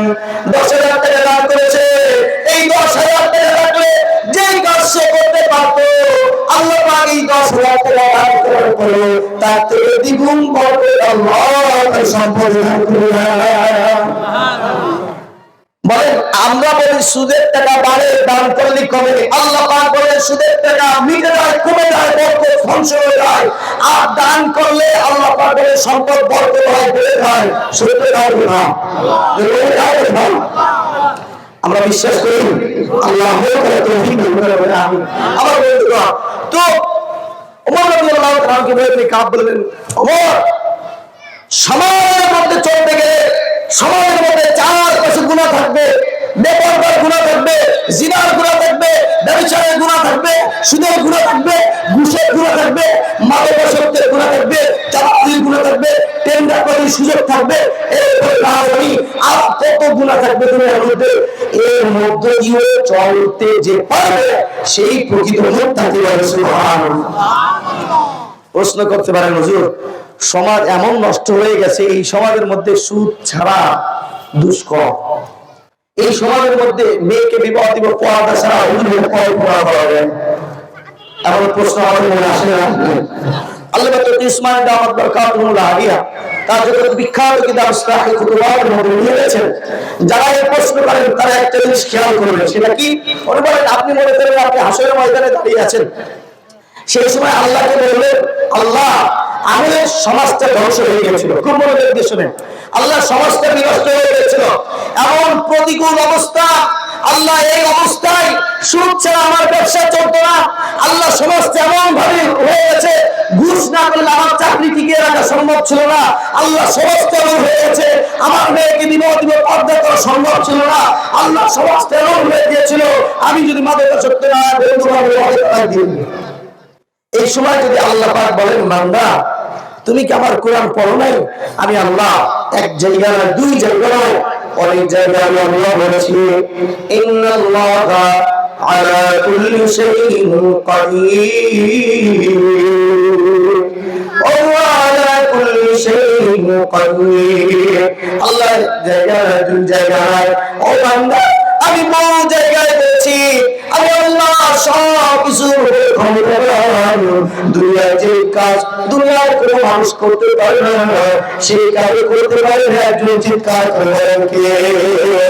আল্লাহ পাক বলেন, দুনিয়ার মানুষেরা, ও মালিক, ও পুরুষ, তুমি বললে পর্দায় থাকে আমার সম্ভব ছিল না, তোমার পরিবারটাকে বলো ফিরআউনের পরিবার থেকে তোমার পরিবার কি কঠিন ছিল, অথচ ফিরআউনের সংসারে দেখো আসিয়া জান্নাত দেখতে দেখতে দুনিয়া ত্যাগ করেছে।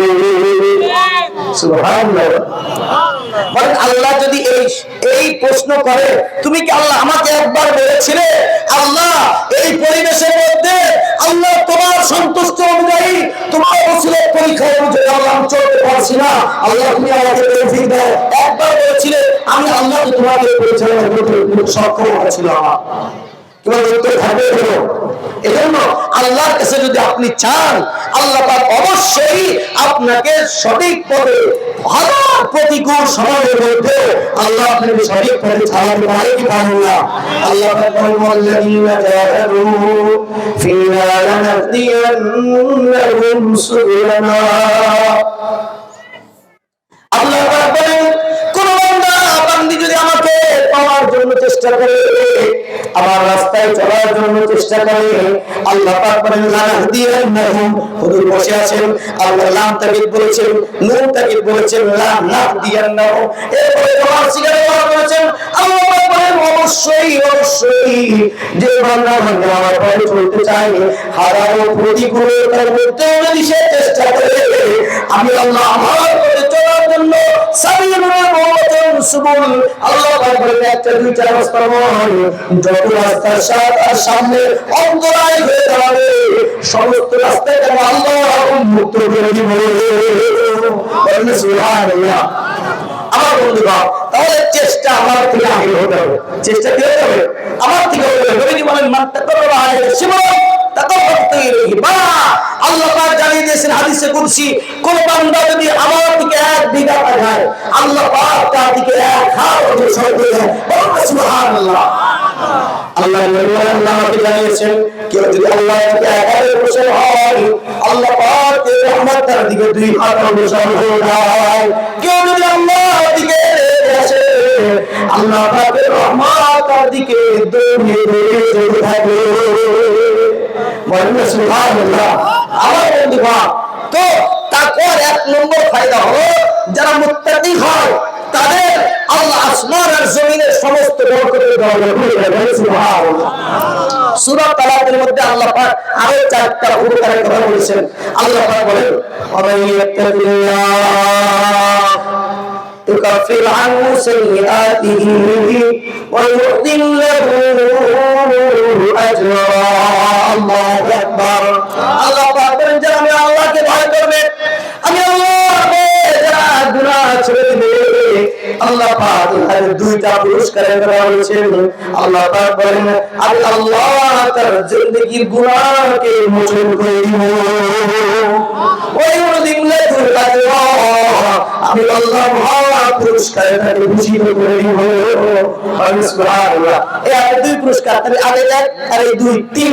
এরপরে আল্লাহ পাক আরেকটাকে বলেন ওয়া ইয়াত্তাকিল্লাহ ইয়াজআল লাহু মাখরাজা ওয়া ইয়ারযুকুহু মিন হাইসু লা ইয়াহতাসিব। আল্লাহ পাক বলেন যে আমি আল্লাহকে ভয় করবে যারা আল্লাহকে যারা গুনাহ করেছে আল্লাহ পাক বলেন দুনিয়ার এমন বিপদে পড়েছে যে বিপদ থেকে বাঁচার কোনো রাস্তা নাই, এমন অসুখাক্রান্ত হয়েছে যে রোগ থেকে নিরাময় হয় আরোগ্য হওয়ার কোনো রাস্তা নাই, এমন মানুষ আছে না নাই? এমন বিপদে পড়েছে কোথা থেকে মুক্ত হয়ে গেল, এমন লোক ডাক্তাররা বলেছে সুস্থ হবে না, তারপরে অনেক সময় দেখা যায় সুস্থ হয়ে যায়, হয়তো হয় না। আল্লাহ পাক বলেন যেন আল্লাহকে ভয় করেন আমার পাশেই এর উদাহরণ রয়েছে। বলেন সুবহানাল্লাহ। আমরা এটাকে বুঝতে পারি নাই, আমরা তো কল্পনা করি নাই হুজুর আমাদের মাঝে আবার এইভাবে বসে থাকবে, শুধুমাত্র দোয়া করেছি, চোখের পানি ফেলেছি, আল্লাহ যার হাতে এই কোরআনের আলিফবা কাছে করেছি, আল্লাহ হুজুরকে তুমি সুস্থ করে দাও, আমাদের মাঝে দাও। আল্লাহ পাক ওই মরনা কর্ম মুমূর্ষ অবস্থা দেবে হুজুরকে আমাদের সামনে বসিয়ে দিয়েছেন। চিৎকার করবেন কে? আল্লাহ পাক সূরা তালাকের এই আয়াতের কারিমার মধ্যে আল্লাহ পাক বলেন ওয়া ইয়াত্তাকিল্লাহ ومن يتق الله يجعل له مخرجا যারা আমি আল্লাহকে ভয় করবে, ভয় করে গুনাহকে পরিহার করবে, আমি আল্লাহ তার যত সংকীর্ণ রাস্তা রয়েছে, যত মহাবিপদ রয়েছে, এই বিপদ থেকে তাকে মুক্তি দান করে দিব। 5 নম্বর কয় নম্বর পুরস্কার? 5 নম্বর পুরস্কার আল্লাহ পাক বলেন বান্দা আমাকে ভয় করে সুদ ত্যাগ করেছো, আমাকে ভয় করে ঘুষ ছেড়ে দিয়েছো, আমাকে ভয় করে চাঁদাবাজি ছেড়ে দিয়েছো, আমাকে ভয় করে টেন্ডারবাজি ছেড়ে দিয়েছো, এই চাঁদাবাজি টেন্ডারবাজি এই সব কিছু বান্দা তখন ছাড়বে যখন তার মধ্যে প্রকৃত তাকওয়া আসবে। ঠিক না? এইগুলো পৃথিবীর পাঁচকে ভালো বানানোর মন্ত্র একমাত্র হলো তাকওয়া। সুবহানাল্লাহ। কারণ যেখানে পুলিশের কোনো উপস্থিতি নাই, যেখানে গোয়েন্দা বিভাগ অবরোধ, যেখানে স্যাটেলাইটের তীক্ষ্ণ নজর যেখানে অসহায়, সেখানে একজন মানুষকে গুনাহ থেকে বাঁচাতে পারে একমাত্র আল্লাহর ভয় তাকওয়া। ঠিক না? আল্লাহ পাক বলেন বান্দা আমার ভয়ে সুদ ছেড়েছো, ঘুষ ছেড়েছো, চাঁদাবাজি টেন্ডারবাজি অন্য জড়িত করে যাচ্ছে, বছরের পর বছর গরিব মানুষ মামলা করতে পারে না, গরিব মানুষ তোমার মুখের সামনে কিছু কথা বলতে পারে না, যদি কিছু হয়ে আমাদের ভাবতে পারতে দিবে না, এমন অনেক ব্যবসায়ী অন্যের জমি দখল করে অবৈধভাবে খান আমাদের সমাজে আছে না? আমার দোস্ত আহবাব কোথায় কোথায় শুনে দিদি বলেন মান মান মাক্তাবাশ বিরব্বিনা আল-আরজি যুলমা তাওয়াক্কাল্লাহু ইয়াহু ইয়াওমাল কিয়ামা। আল্লাহ নবীকে যদি এক বিঘা জমি অন্যায় ভাবে খায়, কিয়ামতের ময়দানে আল্লাহ পাক 7 তরফ জমিনকে একটা বেড়ি বাঁধিয়ে তার মধ্যে 7 তরফ জমিনের উপরে দিয়ে ওই জাহান্নামীর গোলাম পরিয়ে দিবে। কারণ নাউজুবিল্লাহ। আচ্ছা 20 মণ এখানে একজন বাঙালি 20 মণ মাথায় নিয়ে দাঁড়াতে পারবে কেউ আছে? গোটা জমিন যদি 1 বিঘা জমি দখল করে খাওয়া করে, আপনার ভাইয়েরটা বইয়ের সম্পদ, আপনার আত্মীয় সম্পদ, গরিব মানুষের সম্পদ, গরিব মানুষের জমি অর্থাৎ জোর করে জুলুম করে অন্যায় করে না লিখে আপনার ক্ষমতার ভাবে দেখে খাচ্ছেন। কিন্তু কিয়ামতের ময়দানে এই বেড়ি যখন পড়া হবে, কোটি কোটি মানুষ দেখবে এই মানুষটা অন্যায় ভাবে জুলুম করেছিল, তখন লজ্জা লাঞ্ছনা গঞ্জনায় মুখ দেখানো যাবে না। এর থেকে আল্লাহ আমাদের বাঁচার তৌফিক দান করবে। আমিন। আমাদের বক্তব্য ছিল ৫ নম্বর পুরস্কার। আল্লাহ পাক বলেন, বান্দা আমাকে ভয় করে সব তুমি ছেড়ে দিয়েছো, সব হারাম উপার্জন ছেড়ে দিয়েছো, চিন্তা করো না। يجعل له مخرجا ويرزقه من حيث لا يحتسب وبندا তোকে আমি আল্লাহ এমন রিজিক দান করব তুমি কোনদিন কল্পনা করতে পারবে না। বলেন সুবহানাল্লাহ।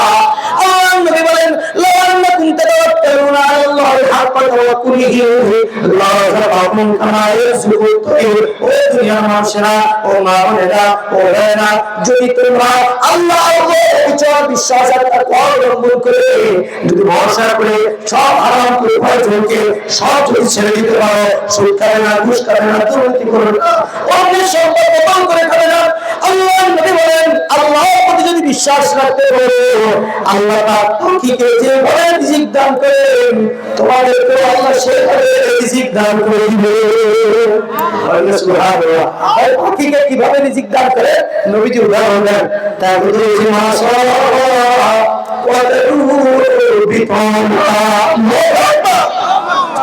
আল্লাহ নবী বলেন, পাখিকে তোমরা দেখো প্রতিনিয়ত সকালবেলা জাগে জাগে পাখিগুলো কোথায় যেন চলে যায়।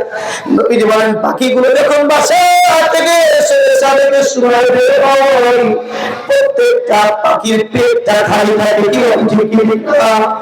বলেন তো আমাদের দেশে খাদ্য মন্ত্রী তাদের জন্য কোনো বাইরে পাস করে রেখেছে, সংসদ ভবনের পাশে তাদের খাবারের ব্যবস্থা আছে। আল্লাহ নবী বলেন, সন্ধ্যার সময় যখন পাখিগুলো নিজেদের বাসায় ফিরে আসে, প্রত্যেকটা পাখির পেট আল্লাহ ভর্তি করে দেয়। কে করে দেয়? আল্লাহ বলেন, তোমরা যদি হারাম পরিত্যাগ করে আল্লাহকে ভরসা করতে পারো, আল্লাহ তোমাদেরকে পাখির মতো সম্মান দেবে, রিজিক এমন জায়গাতে দিবে তোমরা কোনো ভুল করতে পারবে না। চিন্তা করে সুবহানাল্লাহ। আমার বন্ধুগণ, আরেকটা উপকার বলি, সর্বশেষ উপকার। এই উপকার হলো সূরা নাজিয়াতের মধ্যে আল্লাহ পাক বলেন সবথেকে ভালো উপকার। আপনাদের মনে হয়েছে? মনে হয়েছে? আল্লাহ পাক বলেন, من خاف مقام ربه ونهى النفس عن الهوى فإن الجنة هي المأوى। আল্লাহ পাক বলেন, যারা কিয়ামতের ময়দানে আল্লাহর সামনে দণ্ডায়মান করবে, আমি যদি ভগবানের গুনাহ করি, আমি যদি একাকী নিবৃত্তে গুনাহ করি, দুনিয়ার কেউ না একজন দেখেন তিনি কে? আমি যেখানে থাকি দুনিয়ার কেউ যদি আমাকে না দেখে, সেইখানে একজন দেখেন তিনি কে? আল্লাহ পাক বলেন, দুনিয়ার মানুষেরা কত নজির আমি আল্লাহ তোমাদের সামনে রেখে দিয়েছি। আমার এই অনুরোধ যখন মাছের পেটে মরতে গিয়ে সমুদ্রের রথের গহ্বরে চলে গিয়েছিল, মাছের পেটে অন্ধকার, পানির অন্ধকার, অবসা রাতের অন্ধকার, এই কি অন্ধকারের মধ্যে আমার অনুরোধ যখন আমাকে ডাক দিয়েছিল, লা ইলাহা ইল্লা আনতা সুবহানাক ইন্নী কুনতু মিনাজ জালিমিন। আল্লাহ বলেন, আমার যখন আমাকে ডাক দিয়েছিল, দুনিয়ার কোন মানুষ আমার ইউনুসের ডাক শুনে নাই, সমুদ্রের মধ্যে কেউ শুনে নাই, মহাসমুদ্রে কেউ শুনে নাই, আমি আল্লাহ সারাদিন থেকে আমার ইউনুসের ডাক আমি শুনতে পেয়েছি। আল্লাহ পাক বলেন, শুধু তাই নয়, ফাস্তাজাবনা লাহু ওয়া নাজাইনাহু মিনাল গাম্মি ওয়া কাযালিকা নুনজিল মুমিনিন।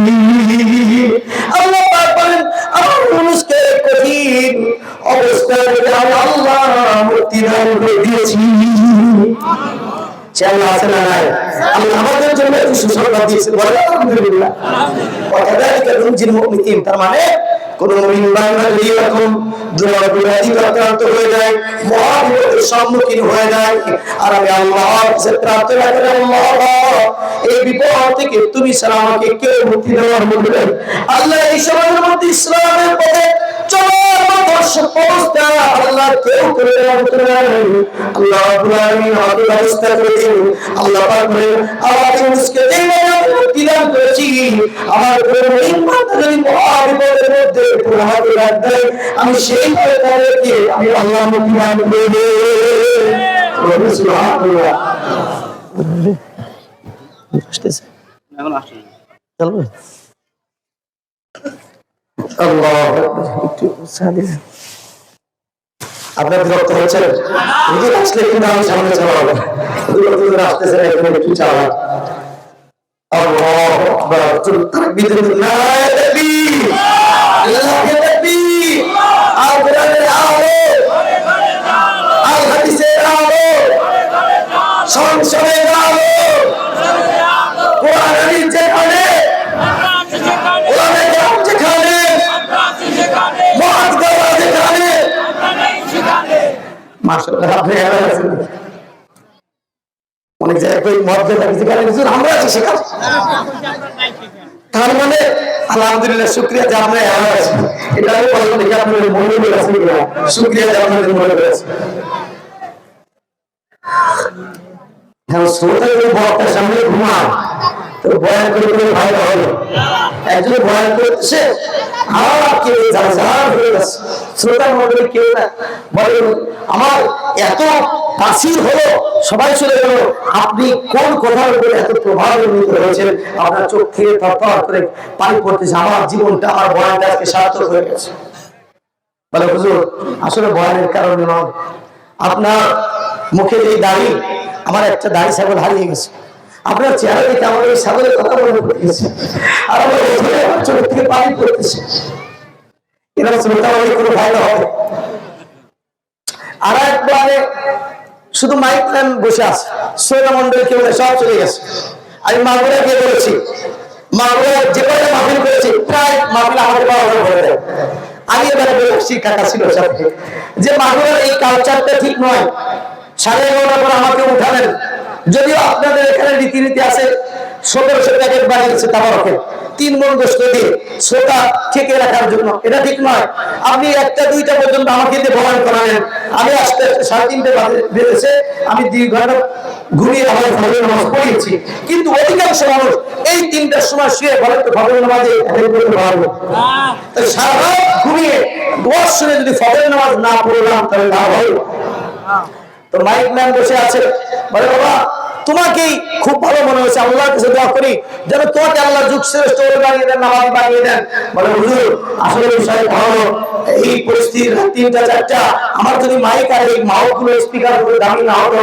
আর যদি আমার মাইকের কাছে জবাব দিতে না থাকতো আমি থাকতাম আমি ঘুমাতাম আমি দায়বদ্ধতা রয়েছে যাই হোক আমার শ্রোতা এখানে আলহামদুলিল্লাহ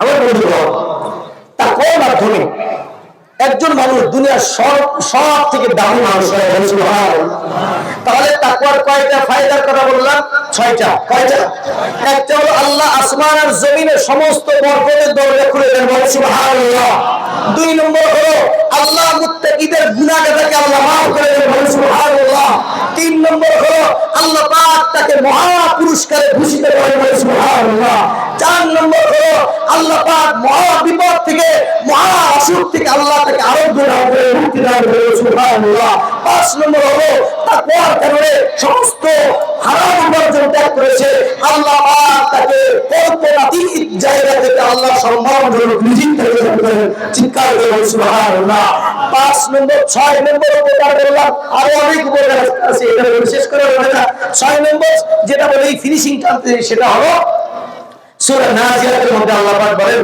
যারা আমি আল্লাহর সামনে বিচারের কাজ করে দাঁড়িয়ে জীবনের সব হিসাব দিতে হবে এই ভয় অন্তরে রেখে যারা গুনাহকে পরিত্যাগ করে আল্লাহ পাক তাদের জন্য একটা পুরস্কার ঘোষণা করেছেন আল্লাহ পাক বলেন ফাইনাল জান্নাতা হিয়াল মাআওয়া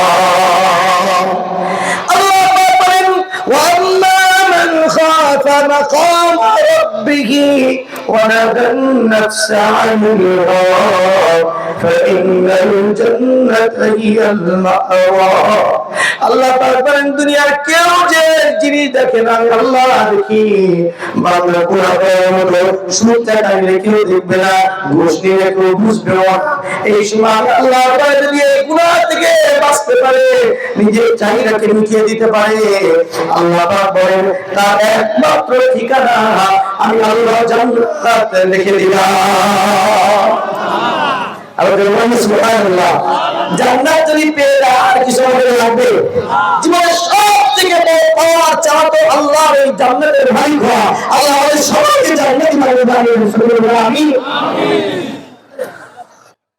আমার বন্ধুরা এই তাকওয়া এই যে ছয়টা উপকার মানে তো ছোট ছোট উপকার যদি আপনাদেরকে বলা হয় এইখানে যদি আপনি বছরের 12টা পর্যন্ত সবাইকে 1 লক্ষ টাকা করে দেওয়া হবে একজনের ভাই যাবে আমার ভাইকে যত আওয়াজ দিয়ে যাচ্ছে আর যারা এখানে আছে তাদের নাতি কুতি ছেলে বন্ধু বান্ধবী সবাইকে ডেকে নিয়ে আসবে না তাড়াতাড়ি আয় তুই কে কোথায় আসিস যদি ঘুমিয়ে থাকিস ঠান্ডা পানি গরম পানি দিয়ে ওই উঠাই এই ময়দানে নিয়ে আয় যদি 1000 টাকা দেয় 1 লক্ষ টাকা দেয় সবাই দেবে 12 টাকা কেন ফজর পর্যন্ত সবাই দাঁড়িয়ে এখানে বসে থাকবে দাঁড়িয়ে থাকতে বললে দাঁড়িয়ে থাকতে হবে তোমার চুরি না কেন 1 লক্ষ টাকা হবে সারা বছরে 1 লক্ষ টাকা অনেকে পায় না একটা দিয়ে এসেছে আল্লাহ বলেন তাকওয়া অবলম্বন যারা করবে তাদেরকে আমি আল্লাহ 6টা পুরস্কার দিব সর্বশেষ আমি আল্লাহ তাদেরকে জান্নাতের মালিক বানিয়ে নিয়ে দেব সুবহানাল্লাহ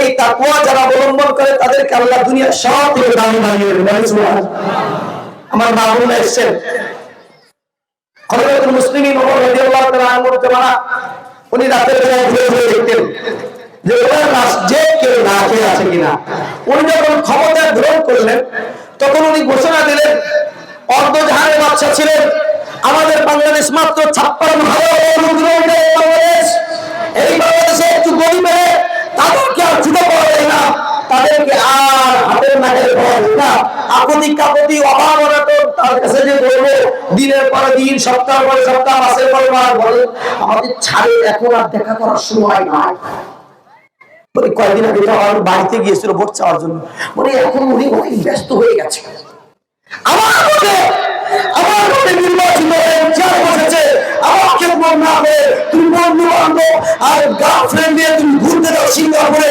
ব্যাংককে আর তোমার সুযোগ না কিয়ামতের ময়দানে আল্লাহর সামনে দাঁড়াবো ডান্ডা বাড়িয়ে একটা ইঞ্চি বলবো না তোমার ঠিক না আমার বন্ধুরা খলিফাতুল মুসলিমিন রাতের বেলা ঘুরে ঘুরে বেড়াচ্ছেন তো উনি দেখতেছেন একটা ঘরের মধ্যে আলো জ্বলতেছে তো উনি মা মেয়েকে কি জন্য বলতেছেন খুব মনোযোগ দিলেন মনোযোগ দেওয়ার পর আপনারা শুনেছেন অনেকেই ঘটনা তো উনি মনোযোগ দিয়ে শুনতেছেন মা তার মেয়েকে বলতেছেন দুধের মধ্যে একটু পানি মিশিয়ে দাও কি বলতেছেন দুধের মধ্যে একটু পানি মিশিয়ে দাও আমাদের দেশে কেউ মিশায় না বলে কতটুকু মিশাইছেন ভাই দুধ বিক্রেতা বলে কতটুকু মিশাইছেন বেশি না কম বলে আমি দুধের সাথে পানি মিশাইনি পানির সাথে দুধ মিশাইছি যাই হোক তো খলিফাতুল মুসলিমিন যখন এই রাষ্ট্রের দায়িত্ব নিলেন উনি ঘোষণা দিলেন আজ থেকে আমার রাষ্ট্রে আমার আয়ত্তাধীন যে রাজ্য রয়েছে কেউ খাদ্য বেতন দিতে পারবে না দুধের সঙ্গে পানি মিশাতে পারবে না আর জেনে রেখো ফোরাত নদীর তীরে একটা কুকুর যদি না খেয়ে মারা যায় আমি খলিফা ওকে আল্লাহর সামনে কাঠ দেওয়া বিচার কাঠ করে জবাবদিহি করতে হবে চিৎকার করে আল্লাহু আকবার একটা কুকুর না খেয়ে মারা গেলে আমি নিরর্থক হয়ে যাবো আমি ধরা পড়ে যাবো এই ভয় যে খলিফার মধ্যে থাকে ওই খলিফার রাজ্যের মধ্যে বলতো মানুষ না খেয়ে থাকতে পারে মানুষ না খেয়ে থাকতে পারে না শুনতেছেন মা বলতেছেন মা একটু দুধের সঙ্গে পানি মিশিয়ে দাও একটু বেশি দামে বিক্রি করো মেয়ে তখন বলতেছে মা তুমি কি জানো না খলিফাতুল মুসলিমিন দুধের সঙ্গে পানি মেশাতে নিষেধ করেছে তখন মা বলতেছে মা খলিফাতুল মুসলিমিন এত রাতে তো হচ্ছে জানবে না বুঝতেও পারবে না তুমি একটু মিশিয়ে দাও তখন ওই মেয়ে কি কথাটা বলেছিলেন খুব মনোযোগ দিয়ে শুনলেন, মা বোনেরা শুনলেন। ওই মেয়ে তখন বলতেছেন, মা আমি জানি খলিফাতুল মুসলিমিন দেখবে না, খলিফাতুল মুসলিমিন জানতে পারবে না, কিন্তু আপনি বলেন আল্লাহ ইয়ালাম আন্নাল্লাহ ইয়ারা ফাইনামা তুওয়াল্লু ফাসাম্মা ওয়াজহুল্লাহ। আল্লাহ পাক যেখানে কেউ দেখেন না সেখানে দেখেন একজন তিনি কে। আমি জানি খলিফাতুল মুসলিমিন দেখবে না, কিন্তু আল্লাহ রাব্বুল আলামিন আমাকে দেখবেন, তার চোখে আমি মাটি দিতে পারি না। সুবহানাল্লাহ। খলিফাতুল মুসলিমিন দরবারে চলে গেলেন। পরের দিন মাকে ডাকতে পাঠিয়েছেন, যাও অমুক বাড়ির একটা ঝুপড়ির মধ্যে দুইজন নারী থাকে, মা নেই, তার বাবা নাই, খুব অনাহারে কষ্টে থাকে, তাদেরকে ডেকে আনো। মা তো ভয় পেয়ে গেছে, আমাদের গ্রামে বলে দেয়ালের কান আছে। মা মনে করছে রাত্রে যে কথা বলেছি মনে হয় খলিফাতুল মুসলিমিন টের পেয়েছে, আমার বিস্তার নাই। ওই মা ভয় পেয়ে গেছে। খলিফাতুল মুসলিমিন ওমর রাদিয়াল্লাহু তাআলা বলেন, মহিলা আপনি ভয় পাবেন না, আপনাকে আমি ভয় পাওয়ার জন্য ডাকি নাই, আপনাকে ডেকেছি এই জন্য আমার রাজপুত্র, আমার যুবরাজ, তার জন্য অনেকদিন যাব একটা যোগ্য পাত্রী আমি খোঁজ করতেছিলাম, কোথাও আমি পাচ্ছিলাম না। গত রাত্রে আমার যুবরাজ আমার কলিজার টুকরা সন্তানের জন্য, আমার রাজপুত্রের জন্য একটা যোগ্য পাত্রী পেয়ে গেছি, সেটা আর কেউ নয়, সেটা হলো আপনার মেয়ে। বলেন আল্লাহু এটা কল্পনা করে অর্ধ জাহানের বাচ্চা, সে বলতেছে আপনার মেয়ের সঙ্গে আমার ছেলেকে বিবাহ দিতে চাই। সুবহানাল্লাহ। এটা কল্পনা করে না। আমরা অদরিদ্র মানুষ, আপনার একটা মেহমান গেলে বসতে দিব, একটা ভালো খাট নাই, একটা সোফা নাই, ভালো খাবারের ব্যবস্থা নাই, আমার সন্তানদের দিন আমার বিধবা আমি কিভাবে রক্ষণ করবো, এটা কি সম্ভব? আমরা বড় কিছু পর্যায়ের মানুষ। খলিফাতুল মুসলিমিন ওমর রাদিয়াল্লাহু তাআলা বলেন, ও মা তুমি কি কোরআন পড়ো নাই?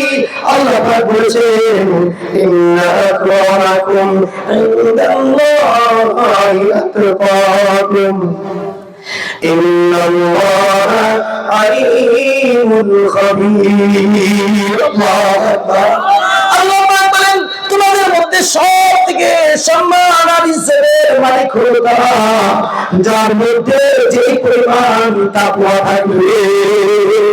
ও মহিলা, তোমার মেয়ে হতে পারে তুমি হতে পারো বিধবা, হতে পারে তোমার মাথা গোড়া ঠাই নাই, ঘরের মধ্যে একটা সোফা নাই, একটা ভালো খাট নাই, ভালো খাবারের ব্যবস্থা নাই, কিন্তু তোমার মেয়ের মধ্যে যে তাকওয়া রয়েছে, এই তাকওয়াকে যদি একবার রাখা হয় আর দুনিয়ার সব সম্পদের কাজে রাখা হয়, আমার আল্লাহর কাছে তাকওয়া দাম বেশি হয়ে যাবে।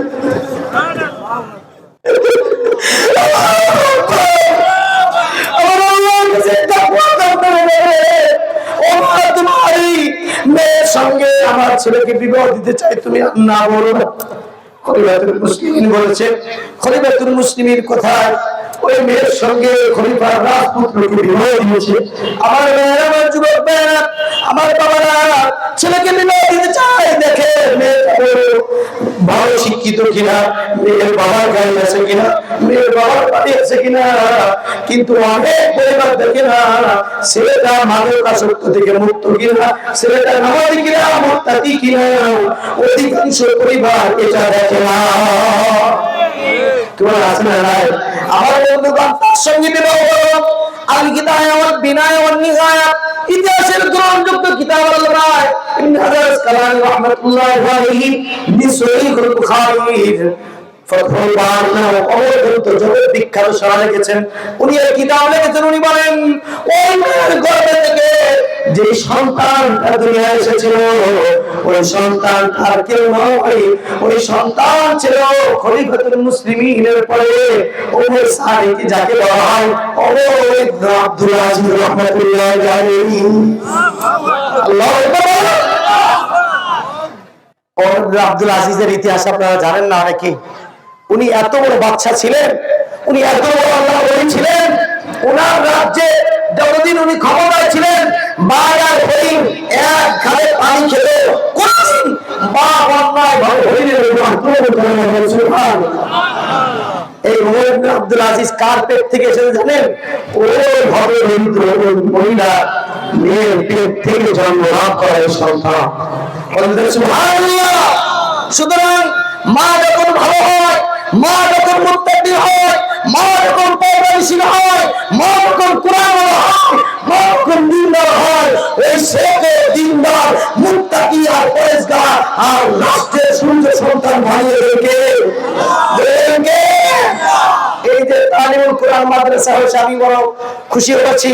হুজুর এখানে মাদ্রাসা করেছেন, কোচি কোচি করে সন্তান এখানে পড়ে, যে সন্তানটা কোরআন শিক্ষা করে, যে সন্তানটা কোরআন তার সিনার মধ্যে ধারণ করে, এরপরে জাগতিক শিক্ষায় শিক্ষিত ডাক্তার হয়, ইঞ্জিনিয়ার হয়, লয়ার হয়, ব্যারিস্টার হয়, উকিল হয়, যারা সিনার মধ্যে কোরআন মৌলিক শিক্ষা থাকে, তার কলম দিয়ে কোনোদিন দুর্নীতি করতে পারে না। আর কলম দিয়ে কোনোদিন দেশের সম্পদ পাচার করে মানুষকে সোনার রাষ্ট্রকে দেউলিয়া রাষ্ট্রে পরিণত করতে পারে না। আজকে যারা নাস্তিক, যারা দেশের শত্রু, যারা শত্রু, তারা শুধুমাত্র স্লোগান করে মাদ্রাসা শিক্ষা, ইসলাম শিক্ষা স্কুলে দেওয়ার করে প্রয়োজন নাই। কেমন আছে না নাই? আচ্ছা, আমাদের মাদ্রাসা শিক্ষা বাংলা অঙ্ক ইংরেজি আছে না নাই? যত বাংলা মাদ্রাসা আছে না নাই? 90% মুসলমানের দেশে, তাহলে স্কুল, কলেজ, ভার্সিটি, ইউনিভার্সিটিতে কোরআনুল কারীমের তিলাওয়াত, বিশুদ্ধ তিলাওয়াত, কোরআনুল কারীমের বিশুদ্ধ শিক্ষা, ওযু, গোসল, তায়াম্মুম, নামাজ, রোজা, এই ন্যূনতম ইসলাম শিক্ষা দরকার আছে না নাই? এরপর যারা বলে না এটা দেওয়া যাবে না, তার কারণ কি জানেন? তার কারণ তারা জানে এই শিক্ষায় যদি এই ছেলেমেয়েরা শিক্ষিত হয়ে যায়, তাহলে আমরা রাতারাতি আর আঙ্গুল করা শুধু পারবো না, আমরা বেগুন করা আর বাড়ি বাড়াতে পারবো না। বেগুন করা বাড়ি আছে পুরি সুবহানাল্লাহ। এক সালমানের রহমান 50,000 কোটি টাকা এক ব্যক্তি থেকে নিয়োগ করেছে। চিন্তা করেন, 50 কয়টা হয়ে গেল। এখনো পর্যন্ত আমরা ঋণ থাকতেছি, কথা শুধু তৈরি হয় না। আমার টাকায় আমার সেতু, আমার প্রশ্ন হলো আমার টাকায় যদি আমার সেতু আপনাকে আমার ফিরিস্ত হয়ে যেতে আমরা বাধ্য হবে এখানে, ঠিক ঠিক না? এই সমস্ত স্লোগান দিয়ে, পাগল প্রভাব দিয়ে বাঙালিকে আর ভুল ভাবে চালানো যাবে না। দেশের টাকা বিদেশে পাচার করে মোবাইলে 25 পয়সা 40 পয়সা আমরা কথা বলতাম, সেই মোবাইলে টাকা 1 টাকা 1.5 টাকাতে পদ্মা সেতু বিদেশ থেকে টাকা ঋণ করে নিজের ছেলেকে আমেরিকায় সেটেল করেছো, আর মেয়েকে আর ইউরোপকে আপনার বিদেশের মন্ত্রী বানিয়েছো। আল্লাহ পাক তোমাদের ক্ষমতা বেশি দিন রাখে না, কারণ জনগণের সম্পদকে যারা অন্যায় ভাবে দখল করে তাদের পরিণতি আল্লাহ ফিরআউনের মতো করে দেন। এর থেকে শিখার বিষয় আছে না নাই? এই রাত কি জানেঙ্গে তামাশা नहीं है, মনে আছে বলে বলেছিলাম না, এটাই হাসিল করা। আমার বন্ধুগণ তো বলছিলাম, যারা তাকওয়া অবলম্বন করে তারাই দুনিয়ার মধ্যে সব থেকে জাতি শ্রেষ্ঠ সন্তান, তারা দুনিয়ার মধ্যে সব থেকে দামি সন্তান উদ্ধার করেছে। সুবহানাল্লাহ। নবীজির সামনে এভাবে বয়ান করতেছেন, এভাবে শ্রোতা আছে, একজন হেরে যাচ্ছেন, আমাদের মতো ঘটনা আসছে। নবীজি বলছেন যে এই লোকটার ব্যাপারে, এই যুবকটার ব্যাপারে তোমাদের মতামত কি? সাহাবায়ে কেরাম বলছেন, ইয়া রাসূলুল্লাহ, এই যুবকটা খুব প্রতাপশালী, খুব শিক্ষিত, খুব সম্মানিত পরিবারের যুবক, সুনামদের অধিকারী, হ্যান্ডসাম যুবক। এই যুবকের বড় সম্মান, এই ইজ্জত এই সমাজের মধ্যে। এই যুবক যদি কোনো গরীব পরিবারের বিবাহ প্রস্তাব দেয়, সকলে একবার তার জন্য বিয়ের জন্য রাজি হয়ে যাবে। নবীজি চুপ করলেন, কিছুক্ষণ পর আর একটা যুবক অতিক্রম করলেন। নবীজি বললেন, এর ব্যাপারে তোমাদের মতামত? বলে, ইয়া রাসূলুল্লাহ, এই যুবকটা খুব গরীব মানুষ, অসহায় মানুষ, সমাজের মধ্যে তার কোনো পজিশন নাই। ও নবীজি, দুনিয়ার কোন ভালো পরিবারে যদি এই যুবক বিবাহের প্রস্তাব দেয়, কোনো মেয়ে তার জন্য দেওয়ার জন্য রাজি হয় না, আল্লাহ নবী এর মধ্যে বলছে আমি না প্রথম যে যুবক অতিক্রম করবে তোমরা প্রশংসায় পঞ্চমুখ হয়ে গেছিলে। এরকম একজন নয়, দুইজন নয়, গোটা পৃথিবীর যদি এমন যুবককে ধরে যান, এই শেষে যেই যুবকটা এই রাস্তা অতিক্রম করলো নামাজি মুত্তাকি, এই একজন যুবকের দাম এই কোটি কোটি যুবকের চেয়ে আল্লাহর কাছে বেশি দামি। আল্লাহু আকবার। إن أكرمكم عند الله أتقاكم إن الله عليم خبير। সম্মানের মাপকাঠি নয়, ক্ষমতা হয় সম্মানের মাপকাঠি নয়, বড় চেহারার অধিকারী হয় সম্মানের মাপকাঠি নয়, বড় দেহের মালিক হয় সম্মানের মাপকাঠি নয়, সমাজের মধ্যে বড় পজিশন হওয়া, গাড়ি বাড়ি আর কোটা প্রতিপত্তির মালিক হওয়া, বড় ম্যানুফ্যাকচারিং মালিক হওয়া, বড় বিজনেসম্যান হওয়া, বড় চাকরিজীবী হওয়া, এটা সম্মানের মাপকাঠি নয়। আল্লাহ পাকের সম্মানের মাপকাঠি হলো একমাত্র তাকওয়া। বলুন সুবহানাল্লাহ। এই তাকওয়া নাই। তাকওয়া রমজান আমাদের শিক্ষা দেয়। এই রমজানে নবীজি বলেন যে ব্যক্তি রমজান পেল, রমজান পেলে গুনাহ মাফ করার ব্যাপারে সে ধ্বংস হয়ে যায়। নবী বলেছেন যে রমজান মা বাবাকে পেলে গুনাহ মাফ করার ব্যাপারে সে ধ্বংস হয়ে যায়। আমার উপরে দুরূদ পাঠ করে সে দুরূদ পড়ল, আমার নাম শুনে সে ধ্বংস হয়ে যায়। আমার বন্ধুরা রমজান আসলে আমাদের মুত্তাকি হওয়ার জন্য গুনাহ অর্জন করার একটা অনুশীলন আমরা সবাই ইনশাআল্লাহ। কে বলছেন তাকবীর, আল্লাহু তাকবীর।